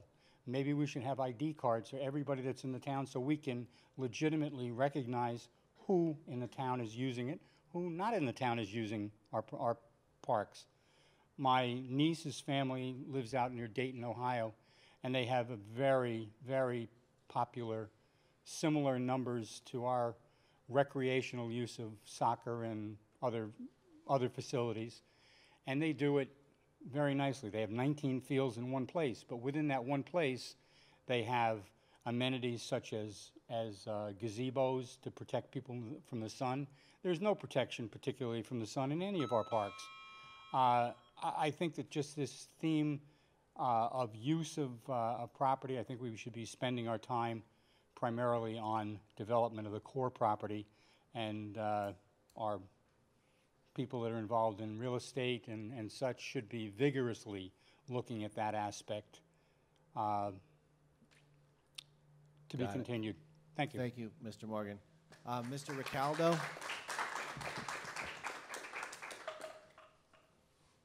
Good evening. I'm Billy Ricaldo, the Southern Region President for CSCA, and I just want to reiterate a little bit from Mr. Sparber said about the golf course and the way the RFP is written. The way I read it is it's going to be a management team in there. Now, is the management team going to bring their own employees there, or are they going to manage our employees? And that's the important issue here. If we're going to lose employees that have been around and been working hard and doing their job every day. And having to speak to Mr. Stewart a few months ago, we had a conversation that he was talking to my officers. This thing could have been brought up at a labor management meeting and talked about, and we could have discussed it to agree to disagree. But I think it's now time for the board and the supervisor and us to get into a partnership and just getting some respect for each other so we can move forward and keep this town as great as it is, that we're all working together to improve this. And I would hope that you have some discussions with our people, with Larry and Ronnie and them with this, and say how we could work this out. Thank you. Thank you, Mr. Ricaldo. By raise of hands, anybody else here to speak to the town board? Okay, folks, seeing none, I'll make a motion to close the public hearing. Do I have a second? From Valentine, all in favor say aye. People have raised some really good questions, and we're always face this dilemma of how to answer effectively when so many different topics have been raised. I will say a thing or two, and we'll get on to the next item. Other town board members will speak as well. The four topics that I want to address are the Rockland Psych, the Anelotech, and the golf, for right now, anyway. On Lot 1, yeah, to some extent it's a dilemma. Take top dollar or work on some kind of recreational plan. In either case, it's secondary to the redevelopment of the core of that property with its 50 or 60 big dead hospital buildings. And so, you know, that's the dilemma. There's some opportunities there, and no decisions have been made about that, and there will be a public process related to choosing the developer in any case. My main goal is, personally anyway, is to get a request for proposals out for the redevelopment of the entire site and see what kind of responses we get. But there have been a number of really kind of tough issues working with the Office of Mental Health, which is the state agency which owns much of the site. And I think that, I mean, all the town board members have worked on that. Our legal team has worked on it. It's been frustrating. And our goal should be to get the request for proposals out to put the town land and hopefully the state land at the former Children's Hospital also, and get good, secure, stable, tax-paying development, and also bearing in mind that the town's deal with the Rockland Site lands, that we have to set aside really an enormous quantity for community use and recreation, and how we meet that standard and negotiate it is a challenge of this site. But rest assured that there's already a lot of recreation there, and there may well have to be more in order to satisfy the requirement under which the town received that land. So that's on Rockland Site. On golf, of course, we need to work with the union. Of course, you know, these are the people who run the town. The labor is so important. The time to talk about it is, every 3 years, the town has to issue RFPs for these 2 out of the 3 elements of the golf course, which is the pro shop and the restaurant. That needs to happen this year. Probably going to have to happen 3 years from now. Keeps on going around. We really don't know what kind of response is back. You might have companies that say, I just want to run the restaurant. Some of the existing ones might apply. You might have ones that say, I'll take 2 or 3 pieces. In the event that a respondent to the RFP says, I want to run the whole damn show with my own people, then we will have to address this question raised by the union, is what happens to the people who currently work at the golf course and do a fabulous job with that, with maintaining it. And that's a conversation we're going to have. I, for one, and I'm sure the union has as well, have already analyzed the bumping rights. And there's not one employee at that golf course who would be without a town job. And so exactly how that works depends on the responses to the RFPs and what happens as far as what the town board decides about which response to the golf RFP to go with. What's the best balance, what provides the best value to the town, and also is representative of our value system. And I was really happy to see that no matter how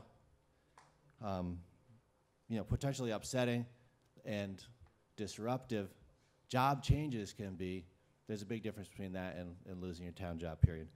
And so there's that to talk about as well, and I would be happy to share my analysis of those bumping rights with the union, which I'm sure has already done those analyses itself.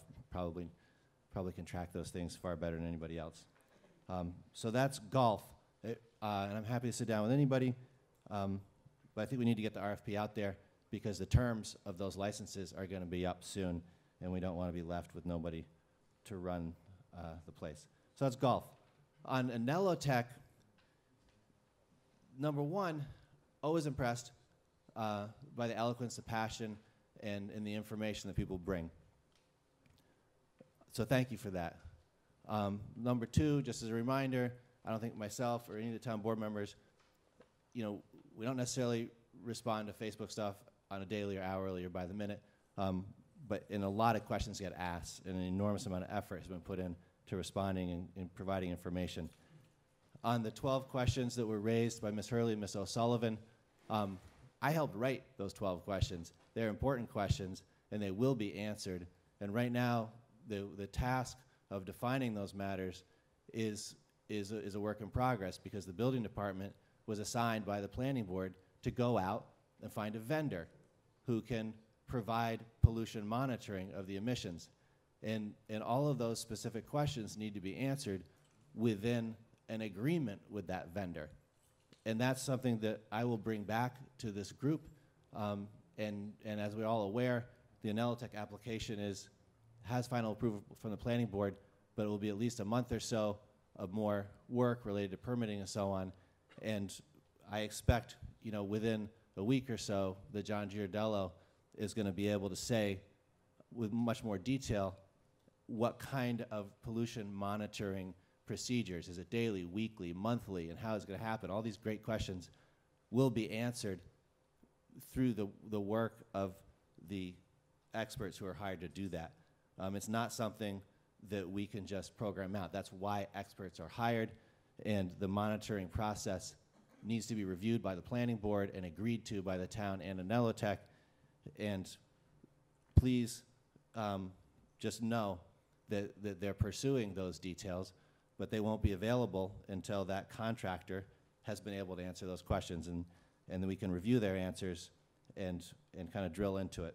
So that's the status of those answers. They will be forthcoming, and they will be shared, and there will be more questions, and we will continue, as we have for months now, to answer any questions that we're able to as quickly as possible. On the more general topic, I have proposed a change to the town code, and I will introduce it as soon as we finish responding to public comment and we start going into the items on the agenda. So with that, I will happily pass the microphone on to any other town board member who would like to speak to the public regarding public comment. Anybody? Okay, any other comments? Okay. Well, usually, sometimes people want to respond to something they heard the public say, and you know, bamboo, whatever. When we go to the agenda item on the Anelotech. I'd point out one thing, when you're talking about bumping, when somebody bumps, they bump somebody else, so somebody loses a job. So the people who are in the golf course may not lose their job, but they got to bump somebody else, whether in Parks and Rec or some other place that has less seniority. So it's disingenuous to say that they're not losing their jobs. Those particular people may not lose them. I think I was very clear in what I said. No, because I'm addressing people who work at the golf course, and they have rights, and those are in our labor contract, and there's nothing disingenuous about that whatsoever. A lot was brought up about lot number one. I was in touch with the contractor who made the offer based on an email I received with Andy. Andy said that he would prefer to go with recreational, sports recreational, rather than doing the project with Toll Brothers. Toll Brothers informed me that they're withdrawing their offer, so that offer's off the table. This was after I told the rest of the board that I needed an answer because Toll Brothers wanted an answer. You know, they're looking at other projects. So as of last Friday, Toll Brothers no longer has an offer. The golf, I can tell you with the RFP, Dennis Troy advised the supervisor to sit down with the CSEA a number of times to discuss this issue.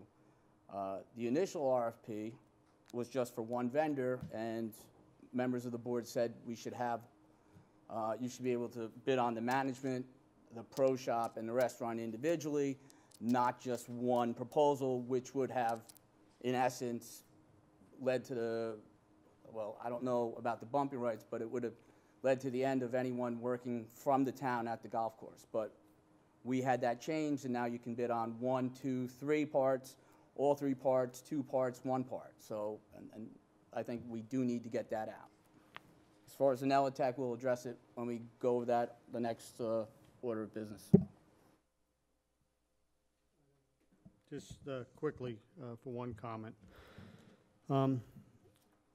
Part of the conditional approval for Anelotech was that they meet certain criteria as far as testing. That hasn't all been set up yet. That's why there's no answer to your questions as of yet. It's the condition was put on at the very end from recommendations from a letter from us to make sure that there was safety of the community. I don't know how it all of a sudden came under the assumption that this one company was going to perform that task. That, as you said, company may not be able to perform that task, but they have to meet the condition.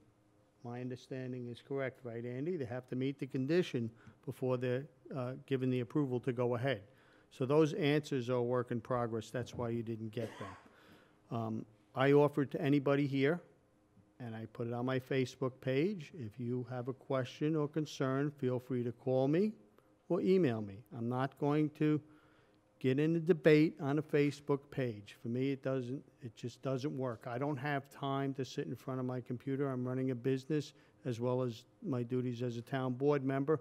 I'm not going to sit there for hours on Facebook and go back and forth. But you have my phone number. I'm readily available. My office is on Route 303. You all know who I am. You all know where I'm at. You all got my phone number. Feel free to call me. When people call me or email me directly, and you can ask people in the Stop and Elotech group, I answer you personally.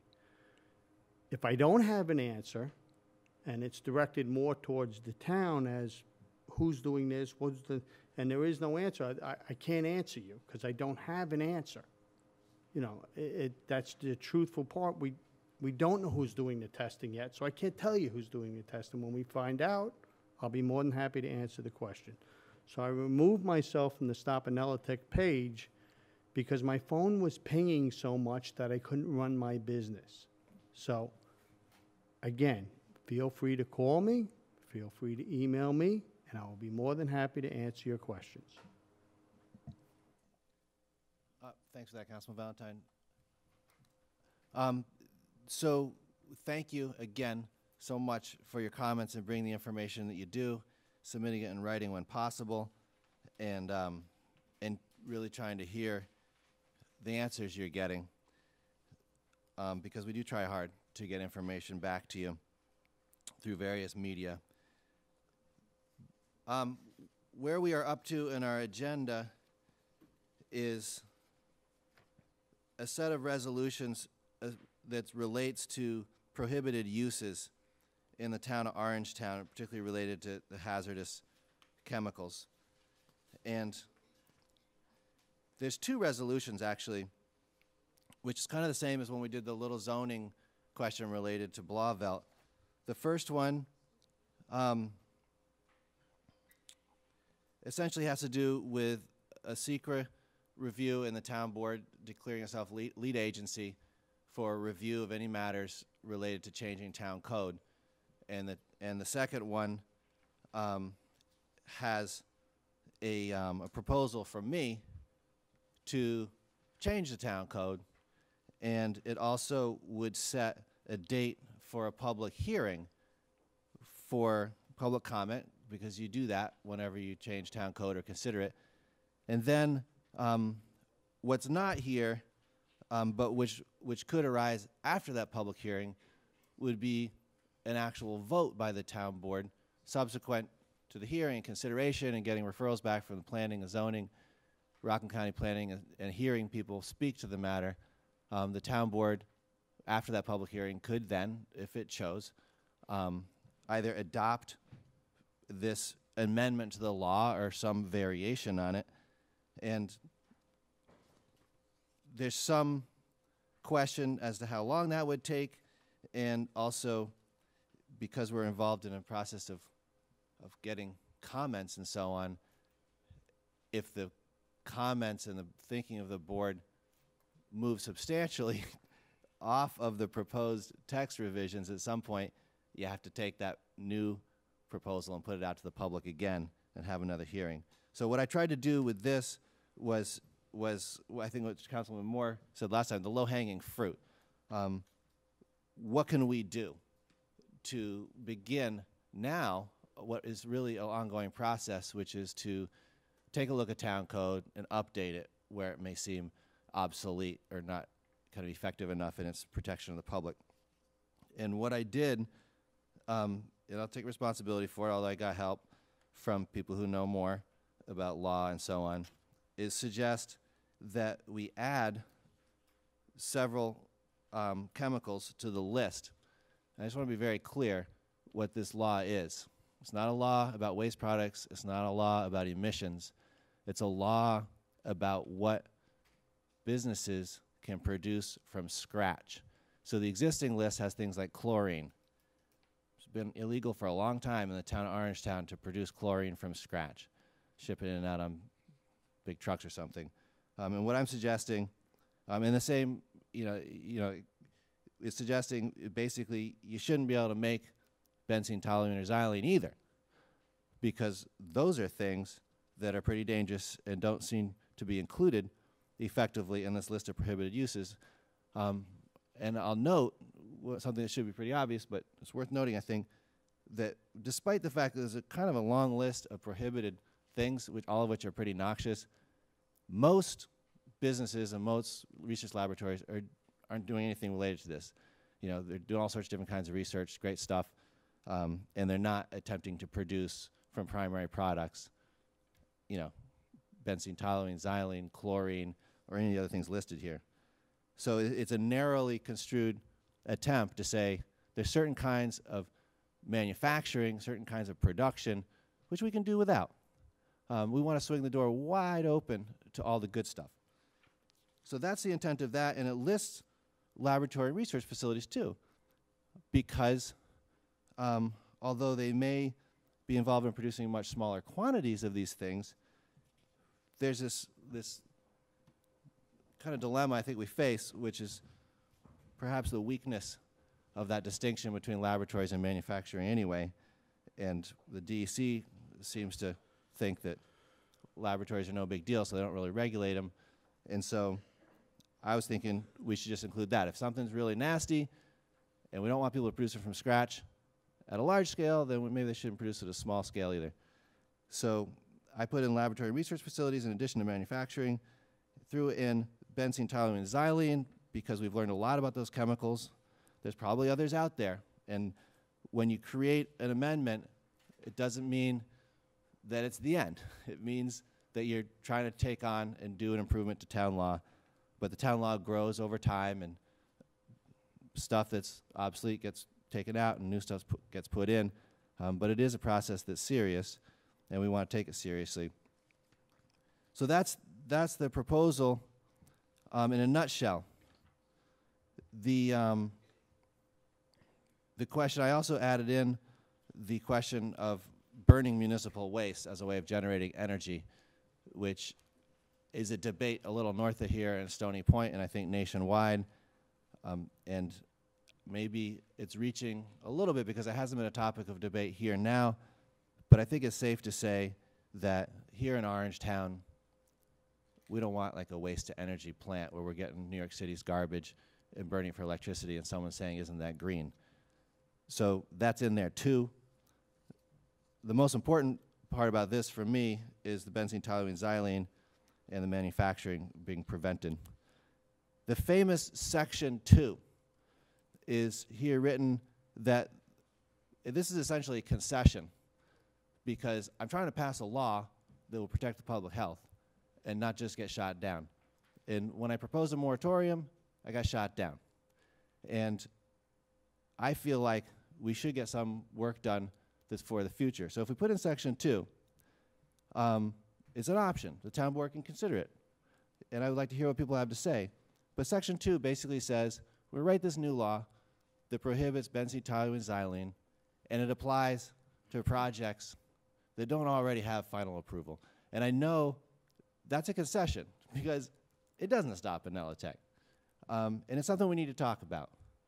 So I would like to propose, just as a clarification and to get started, just to see where we stand, is let's say we take out Section 2. So I would make a motion for the purposes of discussion that that we consider that law, those amendments, first without Section 2, see where we stand with that, and then go on. So that's for the purpose of discussion, and Well, can I say, that's kind of my introduction to the subject. One thing before we get into the meat of it. Stop getting into how you do this and don't do this. Shut down by the moratorium. That was about 4 weeks ago, at which time I made the comment that we have the power to change the town law, to change the town code. And lo and behold, it's happening. Isn't it a miracle? We didn't need the moratorium. We're taking action. That was the whole point of shooting down a moratorium, which is a nebulous thing. It keeps everybody at bay. Anybody interested in coming into the town to do clean business is going to stand on the sidelines because they don't know what the effect of the moratorium is going to be. So I take a little umbrage at that being a negative thing to shoot down the moratorium when we got something real. Thank you. I'm glad you think it's real. Well, you wrote it. This is your resolution. I appreciate that. If I hadn't written it, it wouldn't exist. So that's the introduction. Any other? I mean, there are some things that people regularly get hung up on about this, and that is, we want to prevent toxic emissions and pollution. This portion of the town code applies to the production from raw materials of toxics. And we need to go on to look at how emissions are monitored and how they're regulated, and a host of other questions that every town should be considering as far as environmental health. This is focused on the production from primary materials of certain very toxic substances. And I just want to reiterate that because it's something that I've had to clarify with a number of people in speaking about this matter. Any other comments or questions related to this? What item are you on? I'm on we're having a discussion in general of number 5 and number 6. Number 5. Are you moving number 5? I will move number 5 right now if you want to, or maybe you can do it and I'll second it. That'd be lovely. Okay, go ahead. I move number 5. I second it. Any discussion on number 5? This is tied into the public hearing, correct? It's needed to do the public hearing? It's the purpose of it? This declares our intent to It's serve tied as to lead the agency. local law change, which is tied to the public hearing. Move to discuss. Okay, we have discussion of the motion that would essentially begin a secret process and declare the town lead agency and circulate this proposal to the agencies that these things usually go to. And I just want to add just that we should include the zoning board in addition to the planning board and the Rockland County Planning Department. That's fine. So I would offer this resolution as amended, including the zoning board as a reviewing party. But, Right, if Mr. I Valentine, wanna go dis- ahead. If I want to discuss number 6, do you want me to wait for that No, I think we should do discussion? them together, Paul. I'm ready to do it together. Yeah, that's kind of where I was headed to. But Okay. So, last week, when you proposed this, we had asked the building department to give us a list of any existing businesses that would fall under this category so that we could actually see exactly what businesses these would be. Because as we had tonight, the gentleman from Lamont Doherty had concern. Because while they may be manufacturing in test tube size, they could be manufacturing some of these existing chemicals that are here, like industrial alcohol. You know, I don't know. I'm not a scientist, so I don't know exactly what research and development, so that's why I asked the question, and I was hoping we would have an answer on those questions before we're moving this so far along, because if your point is, and your main concern is, to prevent the existing facility from going from research and development to manufacturing, and you want to get something passed, why don't you just cross out laboratory and research facilities, and let's prevent the manufacturing of benzene, toluene, and BTX. Let's prevent the manufacturing of that, and that should prevent them from moving from a research and development facility into a manufacturing facility. And I would also suggest that we hire an outside consultant firm, and I'd be willing to approve that funding for that out of our capital monies. Put $50,000 down, hire an outside firm to come and look at all of our codes. Instead of doing one code at a time and one step at a time, let's have them research everything, because you're right. Technology is changing, industries are changing. Things that were allowed on the Pfizer campus 100 years ago should not be allowed today, and we should update our codes, and I'd be willing to do that, but I don't think we should have a really quick knee-jerk reaction and try to cover the whole ball of wax. I mean, John, did you review this law? Did you write this law? Did the legal department have anything to do with this? Yes. You did? Do you know what other industries this would cover, anything? No. Do you think, to me, that seems to be a little bit important. Because you did ask that question, and it's a good one, and I can update you on what I found out so far. Starting with tonight, which is our good friend from Lamont Doherty couldn't think of any laboratories there that were producing any of this stuff. So what we have is anecdotal evidence at this point. I sat down with our fire inspector, who goes in and inspects every single facility, annually, and our building inspector, and we looked at the list, and they couldn't think of any business that they knew of that was making any of this stuff that would fall under this prohibited uses. And it doesn't mean that they're not out there somewhere, and it doesn't mean that they're not right around the corner about to apply for a construction, you know, but they couldn't think of it. So that's sort of, so, you know, we haven't done a canvas of however many, you know, hundreds of businesses or dozens, or however many it is in Orangetown that might possibly be engaged in activities. But to the best of our knowledge right now,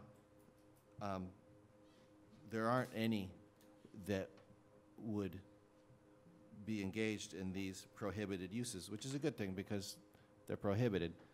If they were, then, you know, they might have gotten there by applying to do one thing and then kind of migrating to something else. So that's the status of information on that. And I do agree with you that we should have an ongoing code review process, and I would welcome the opportunity to present a resolution to the My town board thinking on is that. you have some big laboratories here, right? You have the pharmaceutical place right here on 303. I forget the name of it. Drawing a blank. But there's a whole host of them throughout our like town. instrumentation labs, Instrumentation laboratories, right? That's a pharmaceutical laboratory, and they do research and development. They have a whole R&D department, and, you know, I have no idea what they make in there. I know when I go into certain areas, I have to gown up and cover myself. So I imagine there's stuff in there that's not too good for you. I don't know if they're using or making or the end product of some of these pills that could save our lives. So I think that little tidbit of information would really help me include research and development and laboratory. I would be fine, again, if you want to just do, if you want to put a stop gate right now, I'd be fine with putting a stop gate and saying no manufacturing of BTX is allowed in the town. That should change them from going to here to there. And in the meantime, let's review all the codes and make sure that the public is safe, and hire an outside consultant firm that's a lot smarter than me, and make sure they go through the code and that we're not, you know, cutting off our nose to spite our face. You know, right now, we're just looking at setting a public hearing. We're not passing any laws tonight. For a good reason, we have to have the public hearing. Paul pointed out some very good unintended consequences last week and again tonight. And the gentleman from Lamont Doherty, a very good institution, came up with some other interesting tidbits. So to me, right now, it's probably a choice of three. Amended, as Paul says. Set the public hearing now, at which time we'll have a lot of parties speaking. I think it's going to draw out more people, that we can hear a lot of information. We may wind up amending the law then, which would mean sending it back, or we could just wait. And I'm okay with setting the public hearing now, but the question is it better to wait another couple of weeks to fix it up more? I mean, again, it's just a public hearing. We're going to be taking in information in a couple of weeks. Just weighing in on this. Paul and I discussed this a lot today, and I agree. Paul and I brought up the idea of doing an outside review, not just of the codes. Andy, one of the things you said is that the process has to be reviewed with SECRA, and we have to have, like, the planning board rules and regulations, the zoning board rules and regulations, our entire land use code reviewed, updated, and there might be, like, if you go through this list, I don't know some of these words or what they are, but there's certain things that we might say in the review process with an independent outside review that some of these processes, I don't know, like, I don't know if you know, but aloof plastics, it's plastic materials and synthetic resins. I don't know if they're doing that right now or not. You know, there might be certain things in here that will come out of this list as you know, a different kind of forum. But I just don't know why we're gonna, you know, as Paul said, if it was just manufacturing, that's great, but we really should be hiring an outside consultant right now, you know, and that should be on part of this, hiring an outside consultant, because Eileen Larkin has pointed out the codes haven't been updated for years upon years upon years. So this is, you know, I understand what you're doing, but I think this is just a drop in the bucket. The real work of the town board is to review the code, review the process, and get recommendations from someone who specializes in this. But Tom's right, we're here to set up a public hearing. But, you know, if the concern is the manufacturing of BTX, then you might want to consider, and then we can always come back to the laboratory and research facility part. You know, but we can set the town hearing based on what's in front of us also. I just wanted, I appreciate those comments, and you know, it is basically, there's a need to collect information, and that's what the hearing's for, and we should have one, and I appreciate your support on that. Also, just it's kind of a learning process, and one of the things that's notable is, like, you think of Aloof Plastics, the best understanding we have right now is they make plastic stuff out of plastic pellets. So to the best of our knowledge, they don't make plastic. They make plastic products for plastic. But it's sort of an example of how you kind of dig into a little bit, which isn't to say that we don't get complaints about the odors over there, and I, for one, do have public health concerns. It would have to be addressed by some other process. Excuse me? They make sewer linings.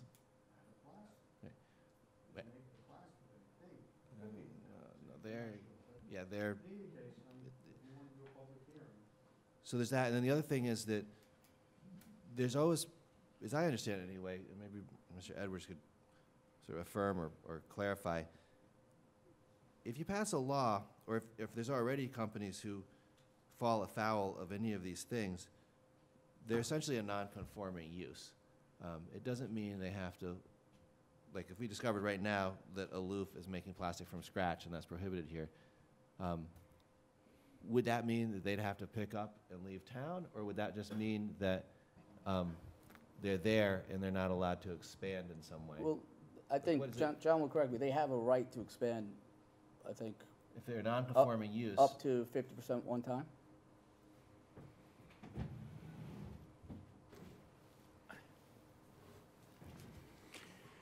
I thought that was a simple question. There's a couple of things.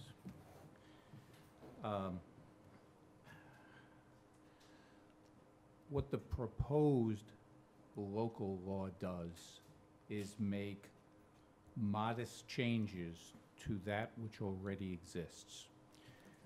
When this was first on the workshop agenda last week, questions were raised that went far beyond the proposed amendments, and that's good.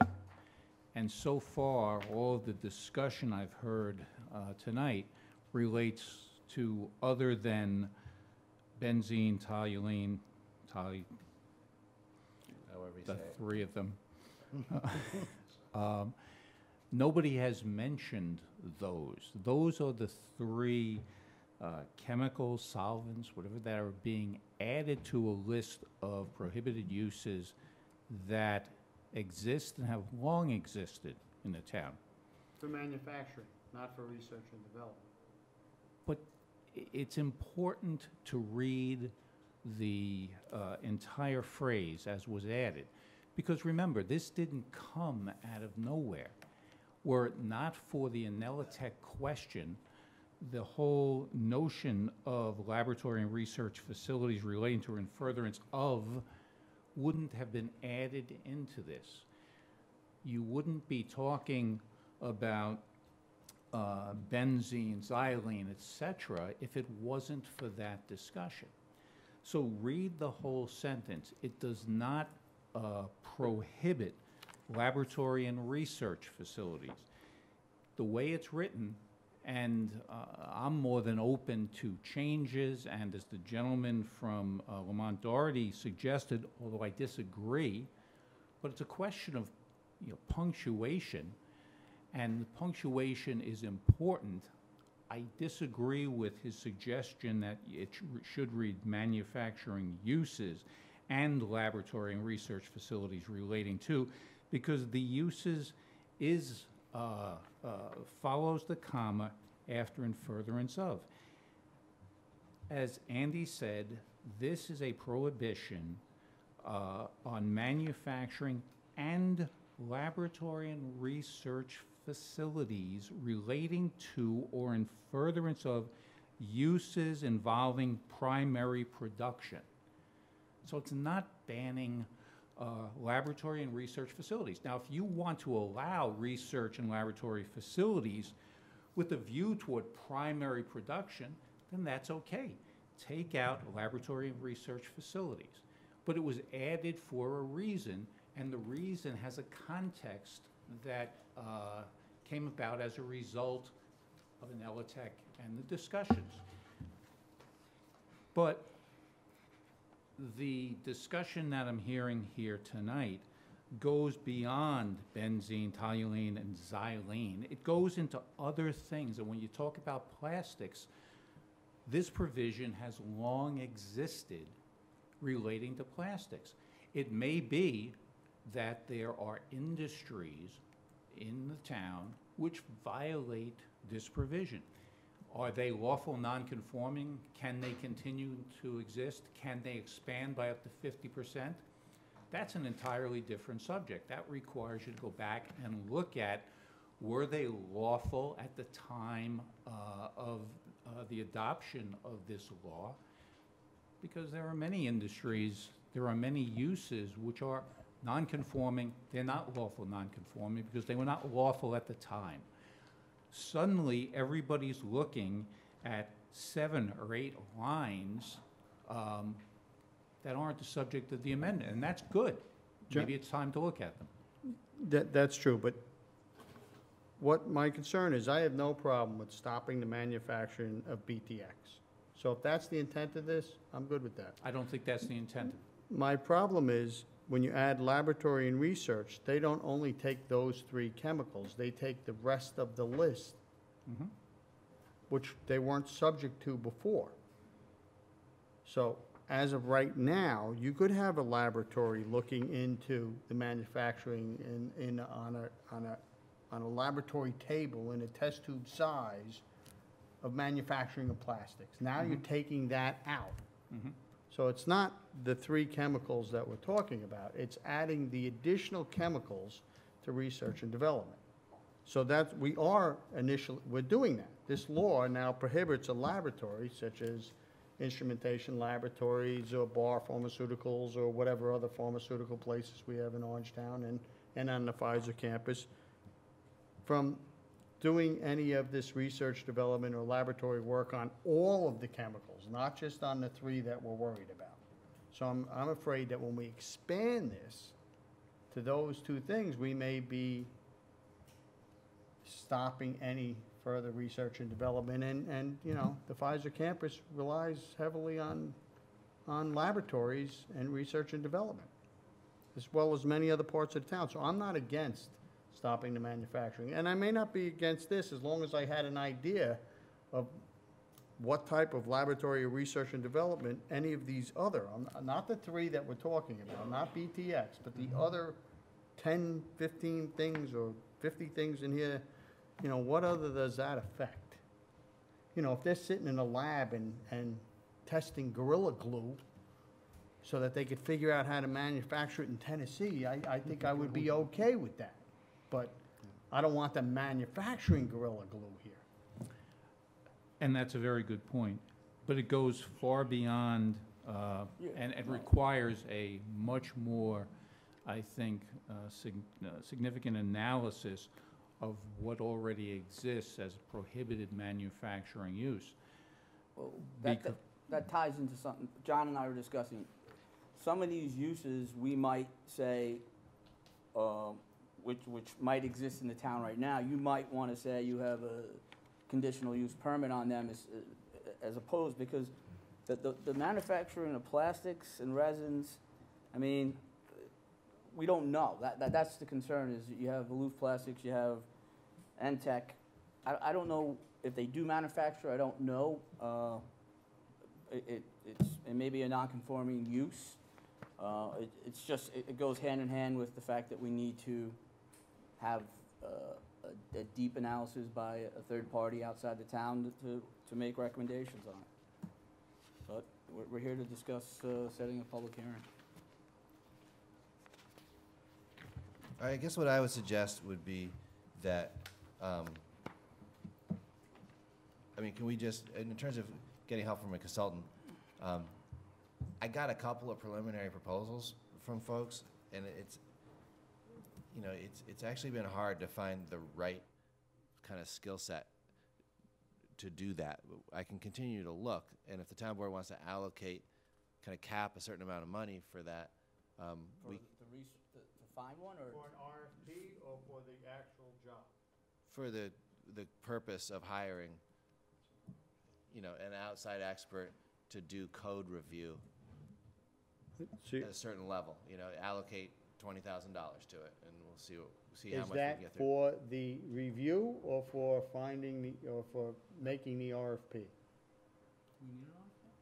I think it's professional services, we just need to find the right one. Okay, so I think $20,000 to review our codes is going to be it's just a doable start. about amount of money. I would say you have to probably go to $50,000 to get someone in here. We have a lot of codes that need to be reviewed, and we want to make sure that we cover the public. All right, so, Well, I think you really want to decide what it is you want to review first, because, I mean, you have a town code that's 2 volumes and covers a wide variety of subjects. You can get somebody to come in and do an analysis of your codes, but it's not necessarily going to be very well focused on a provision such as this. Are you talking about the town code? Are you talking about the zoning code? Are you talking about a specific, use provisions of the code, which might require a far different level, you know, of competence? For $50,000, you might get, you know, a lot of information about a narrow portion, or you know, I know a little bit about a lot, you know, or you know, a lot about a narrow. I think you sort of want to decide what you're doing. I agree with that. I've had a series of meetings with the lawyer and with the building department, and we basically have a working list of town codes that need to be reviewed, but it's going to be basically endless. And so what I could do is present to the board that sort of beginning list, and the board could use that to scope an initial consultant relationship, allocate some money to it, and we could see if we can find somebody who would basically work for us and move that forward. Yeah, so I come thought back you with were that. asking a general question on where we should look, you know, when you put your feelers out there, what you're looking for. That's Right. why we came up with that number. But Yep. No, that's that's a good- fine. I that's a think good suggestion. drafting your list is a great idea. All right, so I will give you that list, and then we will kind of prioritize a little bit next meeting, and also allocate some money to hiring some help with that. And I know the building department in particular is looking forward to having that help. So, but back to the matter at hand, I would still propose that we move forward with this amendment, though small. I think it's important and it's timely. And on number 5, it's been seconded and it's been discussed. I would just like to propose that it be approved by the town board with the addition of the zoning board on the list of reviewing agencies. Specifically, what's the amendment, Ben?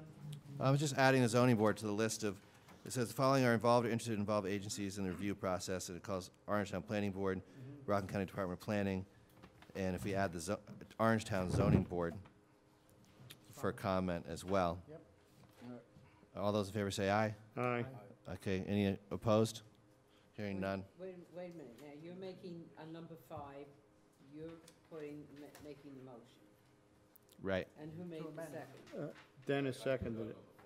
Actually, I think maybe Dennis had the first motion. Someone else seconded it for discussion. But anyway, just make sure that the zoning board is included in the list. That It is. Okay. On number 6, hold on a second. Do we need to include the DEC as a respondent on this, John, or not? on number 5, in terms of who you circulate this stuff to. Do they need to be included on that? I'm sorry, I just got a helpful text. I mean, we can send it to them anyway, right? So.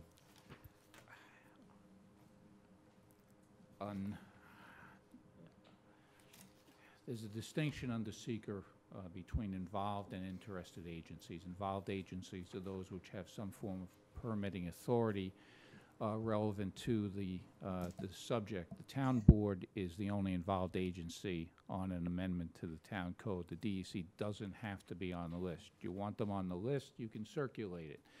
You can circulate it to them for purposes of lead agency status, although on a local law No, we don't want to give such them as lead this, agency. you don't want it, and they're not going to. But if you want to circulate it to them, it just seems to me, understand what 5 does.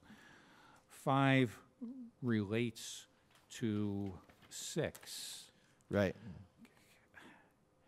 You can have public discussion. You can advertise for public discussion on proposed changes for a code to acquire information. 5 relates to a very specific change to a law, which you just discussed we need help from an outside consultant on. So why are you having a legal public hearing on a change when you're not even sure you have enough information? I'm lost by that. But if you want to, well, I don't want to have sort of the perfect enemy of the good here. I mean, maybe there's a different way of skinning the cat, but in my view anyway, I think we should move forward with an amendment to the town zoning or town law which prevents a future Anelotech and prevents Anelotech from migrating from research to manufacturing. And I would like that to be on the agenda while we also engage in an ongoing process of scoping out and identifying other changes that need to take place. So that's my goal anyway, is to kind of get going. But the focus of the comments that you've heard tonight are on the phrase "and laboratory and research facilities, including preliminary stages." So, which, as Paul points out, applies to the balance of the uses and processes at 4.41. So if you want to add those 3 chemicals as prohibited for manufacturing purposes, and you want to have a meaningful potential change to the law without necessarily affecting laboratory and research facilities which may exist or which you may want by virtue of this phrase being included. But to hold a public hearing the way the law is presently crafted, which seems objectionable to everybody, you're going to end up, on June 16th with people saying, take that out, or I don't know enough about it. Which might be okay. Which may send you back to the start, because if it's a significant change to the local law and the public hearing, and you're going to make that change, you're not going to adopt it. You're going back to the start, which means you're going to re-adopt 5 on a law that's different. That's all I'm saying. So basically what you're saying is if we hold a public hearing on it as written, and then the town board wants to remove the reference to laboratory and research, we would not then be able to actually vote on that new law. We would have to go back and have another hearing and publish a new version of it and start all. You would have to consider whether that's a meaningful change. I'm not going to tell you that it is, but if you. But it might be. But if it is, then you're back to square one. That's the local law process. All right. Well, I guess the choices are based on what I'm hearing. Reflect on it a bit. I just don't want it to be delayed, so that we go out and get a consultant, a study. It takes a long time. It gets interesting. And in the meantime, someone comes in, knocks on the door and says, I want to manufacture benzene here. and we don't have a law. So another approach would be, you know, figure out a version of this that we are willing to publish and have a hearing on, and start getting that done. So take out laboratory and research facilities for now, and what you're banning is the manufacturing of adding in BTX. All right, so that's a start. I think that's kind of the direction we're going here. So Say that again, Dennis. If you look at the first underlined sentence of section, 4.41, it says manufacturing. That was already there. You're taking out the everything that's underlined. Everything that's underlined. Yes. no, just in the first line. First two lines. The first sentence. So it's everything that's underlined. But then it includes. Ending with the word of. Yes. Yeah, And anything further that's into underlined there, and then you have in solvents and similar materials, including benzene, toluene, and xylene.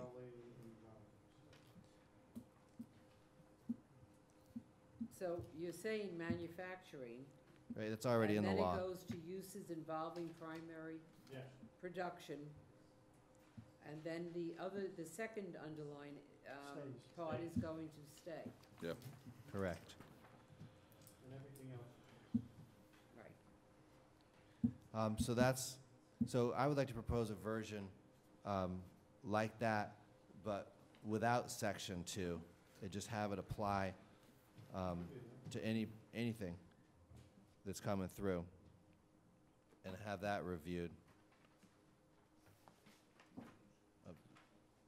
Section 2 is the part that basically says it exempts any project that already has final site plan approval. Why did you put section 2 in the first place, Andy? I put it in there because I thought that the town board majority would make me, and I wanted to have the language ready. The town attorney didn't tell you to put that in? We talked about it, absolutely. Did the town attorney tell you to put it in? Advise you to put it in? I think we, This is you like know, a yes. you're getting this into a is personal yes, conversation. This is a yes or no. But That's, I would like to know, as long as you understand what section 2 is, whether or not you support getting the show on the road without section 2. I think Or not. the point, Dennis is asking the same question that I want to bring forth on section 2. Is there legal liability potentially if we leave it in there? Or take it out, I should say, if we take it out. Are we being, are we focusing on one entity? I think the That's answer one. to that is no. Okay. If you take out what was just taken out, then you're talking about manufacturing. Period. Okay. Which is not what is proposed by Anelitech and is not what has been approved by the planning board. Thank you. So that section 2 related primarily to the laboratory and research facility provision, which is coming out. Becomes unnecessary unless you want it. As amended. Both amendments. But can I just, Section 2 comes out. okay, but you haven't really made a motion or a second, so we To begin can with? amend it All right. without amending it. All right, I'll make a motion for the resolution. Well, you just have, Am I right? just, no, you're right. yeah. Okay. Okay, go ahead. So run us through it, since we figured a lot out, but now exactly what the motions are. So do we have a motion for discussion on this in the first place, or not? No. Okay, I'll make a motion for discussion of this. Do I have a second? Second. Second for more. All in favor, say aye. All right, we're discussing. Now I need a motion to amend by removing the underlined sections of the first So in other sentence. words, I have to get this right. Thank you, John. So you're making a motion to amend something that's already been taken out? Yeah, but you were telling us that we didn't actually do motions on that before. But you So we're don't- starting you from the don't- beginning. You haven't made I'm sorry. We just want the record to reflect that we changed what was written on it. But it's not real until it was voted on, so it's not real at this point, am I right? No, you do. There's a proposed local law that was circulated and sits on the desk, so to speak, of the town council. That includes the provision of 4.41, lines 1 and 2. That's what's under consideration. Somebody has made a motion and second to change that. You would want to vote to remove that, and then you're now going to act on the local law, you know, as proposed for purposes of consideration and circulation. Okay, yeah, thanks for that. So we have a motion from me, a second from Mr. Moore, to change this law as proposed, to remove the underlined section of the first sentence, and to remove this section 2, which is the second to last paragraph. All in favor, say aye. Aye. Aye, okay. So it's, the proposal's been amended. Now I'll make a motion on the resolution as amended to approve it. Do I hear a second? To set the public hearing. Wait, you still, I thought you still wanted section 2 out. Yeah, We did. That We was part of the just- amendment. We just voted on that. Okay, second from Valentine. All in favor, say aye. Aye. Now, let's, who made this proposed as amended? The final? You. I'm I sorry, did. but, And okay. Valentine seconded. All right, And then everybody voted in favor. right. And then we made a motion to set the public hearing. No, That was that. no, that was the vote for the, hold on. The first one was to. No, the first one. No, that was the that, vote. and- The first vote was You got it. amending So the proposal, I have and the it. second vote was setting the hearing, and so on and so forth. All right. Thank you You're welcome. for your considered review.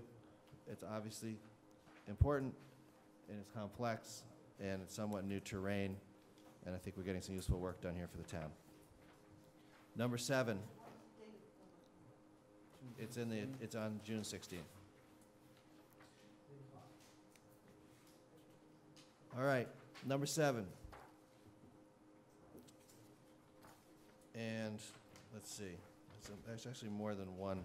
Number 7 is Building Safety Month, which actually, in some ways, a nice follow-up to what we were just working on, which essentially reminds us of how important the building inspection process is and enforcement of codes related to safety, especially in these times when we're seeing problems with the courts not always enforcing building safety rules and that putting emergency responders and others at risk, including the inhabitants of buildings.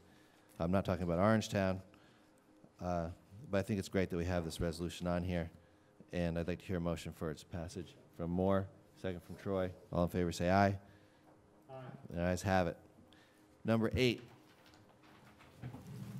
This is the reappointment of Mr. Jack O'Connor to the Orangetown Housing Authority. And we thank Mr. Tompkins for speaking earlier in support of this. Do I hear a motion for this? From Troy as liaison to the Housing Second. Authority. Second from Moore. All in favor say aye. Aye. The ayes have it, and we thank Mr. O'Connor for his service. Number 9 is the RFP for the Blue Hill Golf Course. Do I hear a motion for this? I'll make a Motion from Valentine, who's liaison to the Golf Committee. Do I hear a second? Second? I'll second it. Tom, were you about to second it? Okay. All those in favor say aye. Aye. You guys have it? Any nays? Hearing none, motion passes unanimously. Number 10, these are certifications of registration to do sewer work. There are 2 companies listed. Do I hear a motion for this one? Moved. Over here, Moore, second from Troy. All in favor say aye. Aye. The ayes have it. Well, yeah, except chip seal isn't A. All right, 11,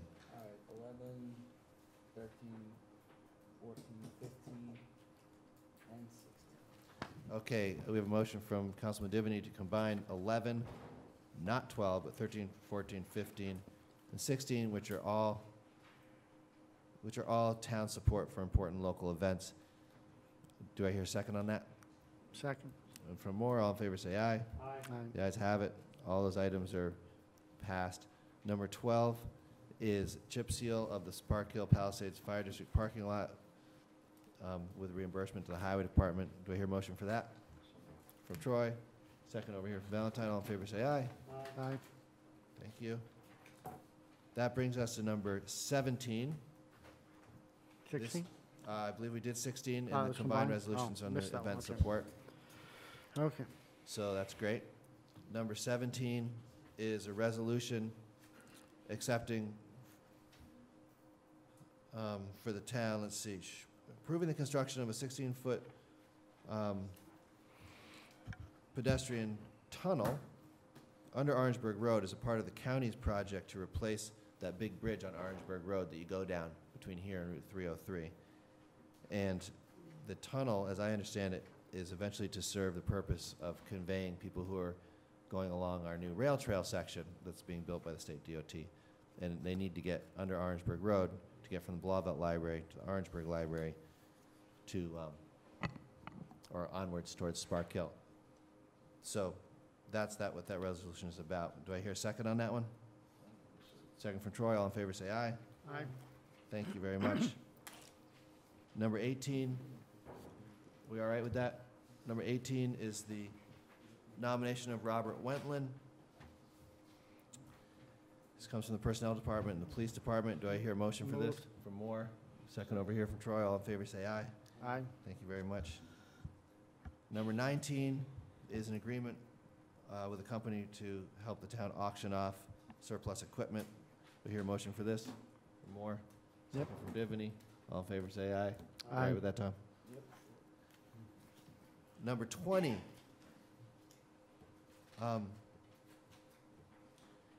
This is an annual recognition of National Police Week, and specifically a remembrance of police officers who've been killed in the line of duty. It happens far more often, and every time it's a tragedy, but we've seen some of those lately, and it's been heartbreaking.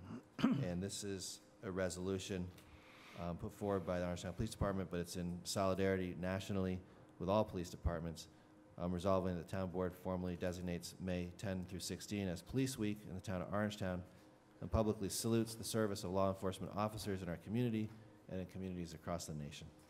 Do I hear a motion for this? Moved. Over here from Moore. Yeah, and And over here, sorry. I'll second that. Just, again, you had 2 officers this week killed in Hattiesburg, Mississippi. Last week, you had Brian Moore, down in the city, so it's happening far too often. Yep. And just a note, this Sunday, May 17th, if I have it correctly, 11 o'clock, there's a law enforcement memorial service up at the New City Courthouse. It's a great thing they do. It's their version of Memorial Day for those that unfortunately lost their lives in the line of duty. That Sunday at 11. Thanks for mentioning that. All those in favor say aye. Aye. The ayes have it. Number 21 is actually approved aid for Grand Fondo cycling event. That's coming up this weekend. Do I hear a motion for this one, please? Over here. Divany, second from Valentine. All in favor say aye. Aye. And thanks to the parks and the police and the highway and everybody else for trying to keep these bicycle racers safe. Number 22 is for Ken Skabinski at the Environmental Management to go to a conference. I'll make a motion for this. Do I hear a second? Second. We hear more. All in favor say aye. Aye. The ayes have it. Excuse me. Number 23 is the reappointment to the Board of Assessment Review of Mr. Joe Brady Amoon. And it lists his term here, going through September 30th, 2019. Do I hear a motion for this? From Valentine, do I hear a second? Second. From Divany, all in favor say aye. Aye. The ayes have it. We do have, I believe, both a town audit and a request from our police department for an executive session on situations related to evaluation of candidates. I'm not seeing Chief Nolte here, so I'm not sure. Okay.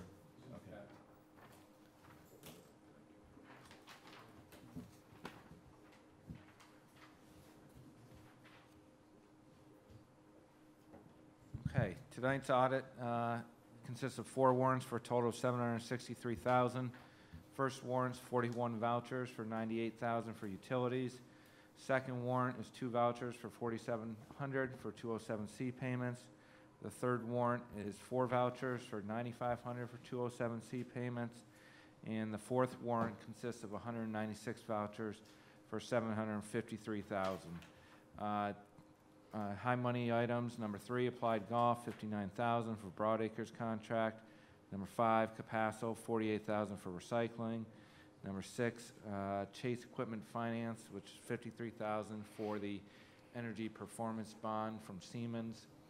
Number 15, persistent construction, $276,000 for the Spark Hill Creek Flood Mitigation Project, which we are getting some of that DASNY grant money for that. Number 18, Schultz Ford, $39,000 for highway equipment from bonded money. 20, Sprague, $22,000 for fuel. 21, Comptroller, $30,000 for justice fines. 22, Tilcon, $20,000 for highway materials. And 23, Turf Products, $19,000 for Blue Hill landscape materials. Any questions on the audit? Thank you very much, Jeff. So you'll have that for us to sign. Okay, motion to approve the audit from Troy, second from Moore. Second. All in favor, say aye. Aye. You guys have it.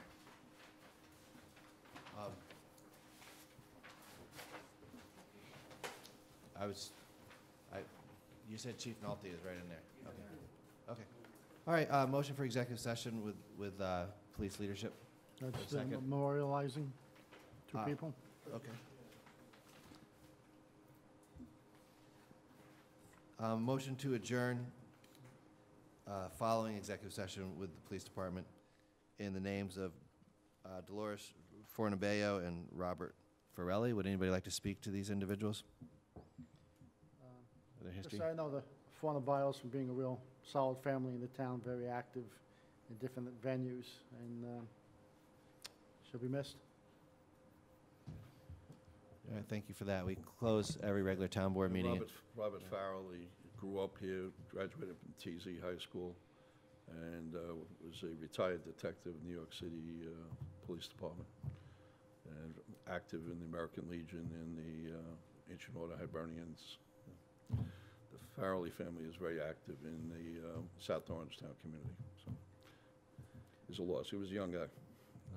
That is truly unfortunate. Well, in the memory of these two individuals, make a motion to close this meeting after we have our executive session with the police. Do I hear a second? From Valentine, all in favor say aye. Aye. All right. There will be no further business by the town board in public tonight.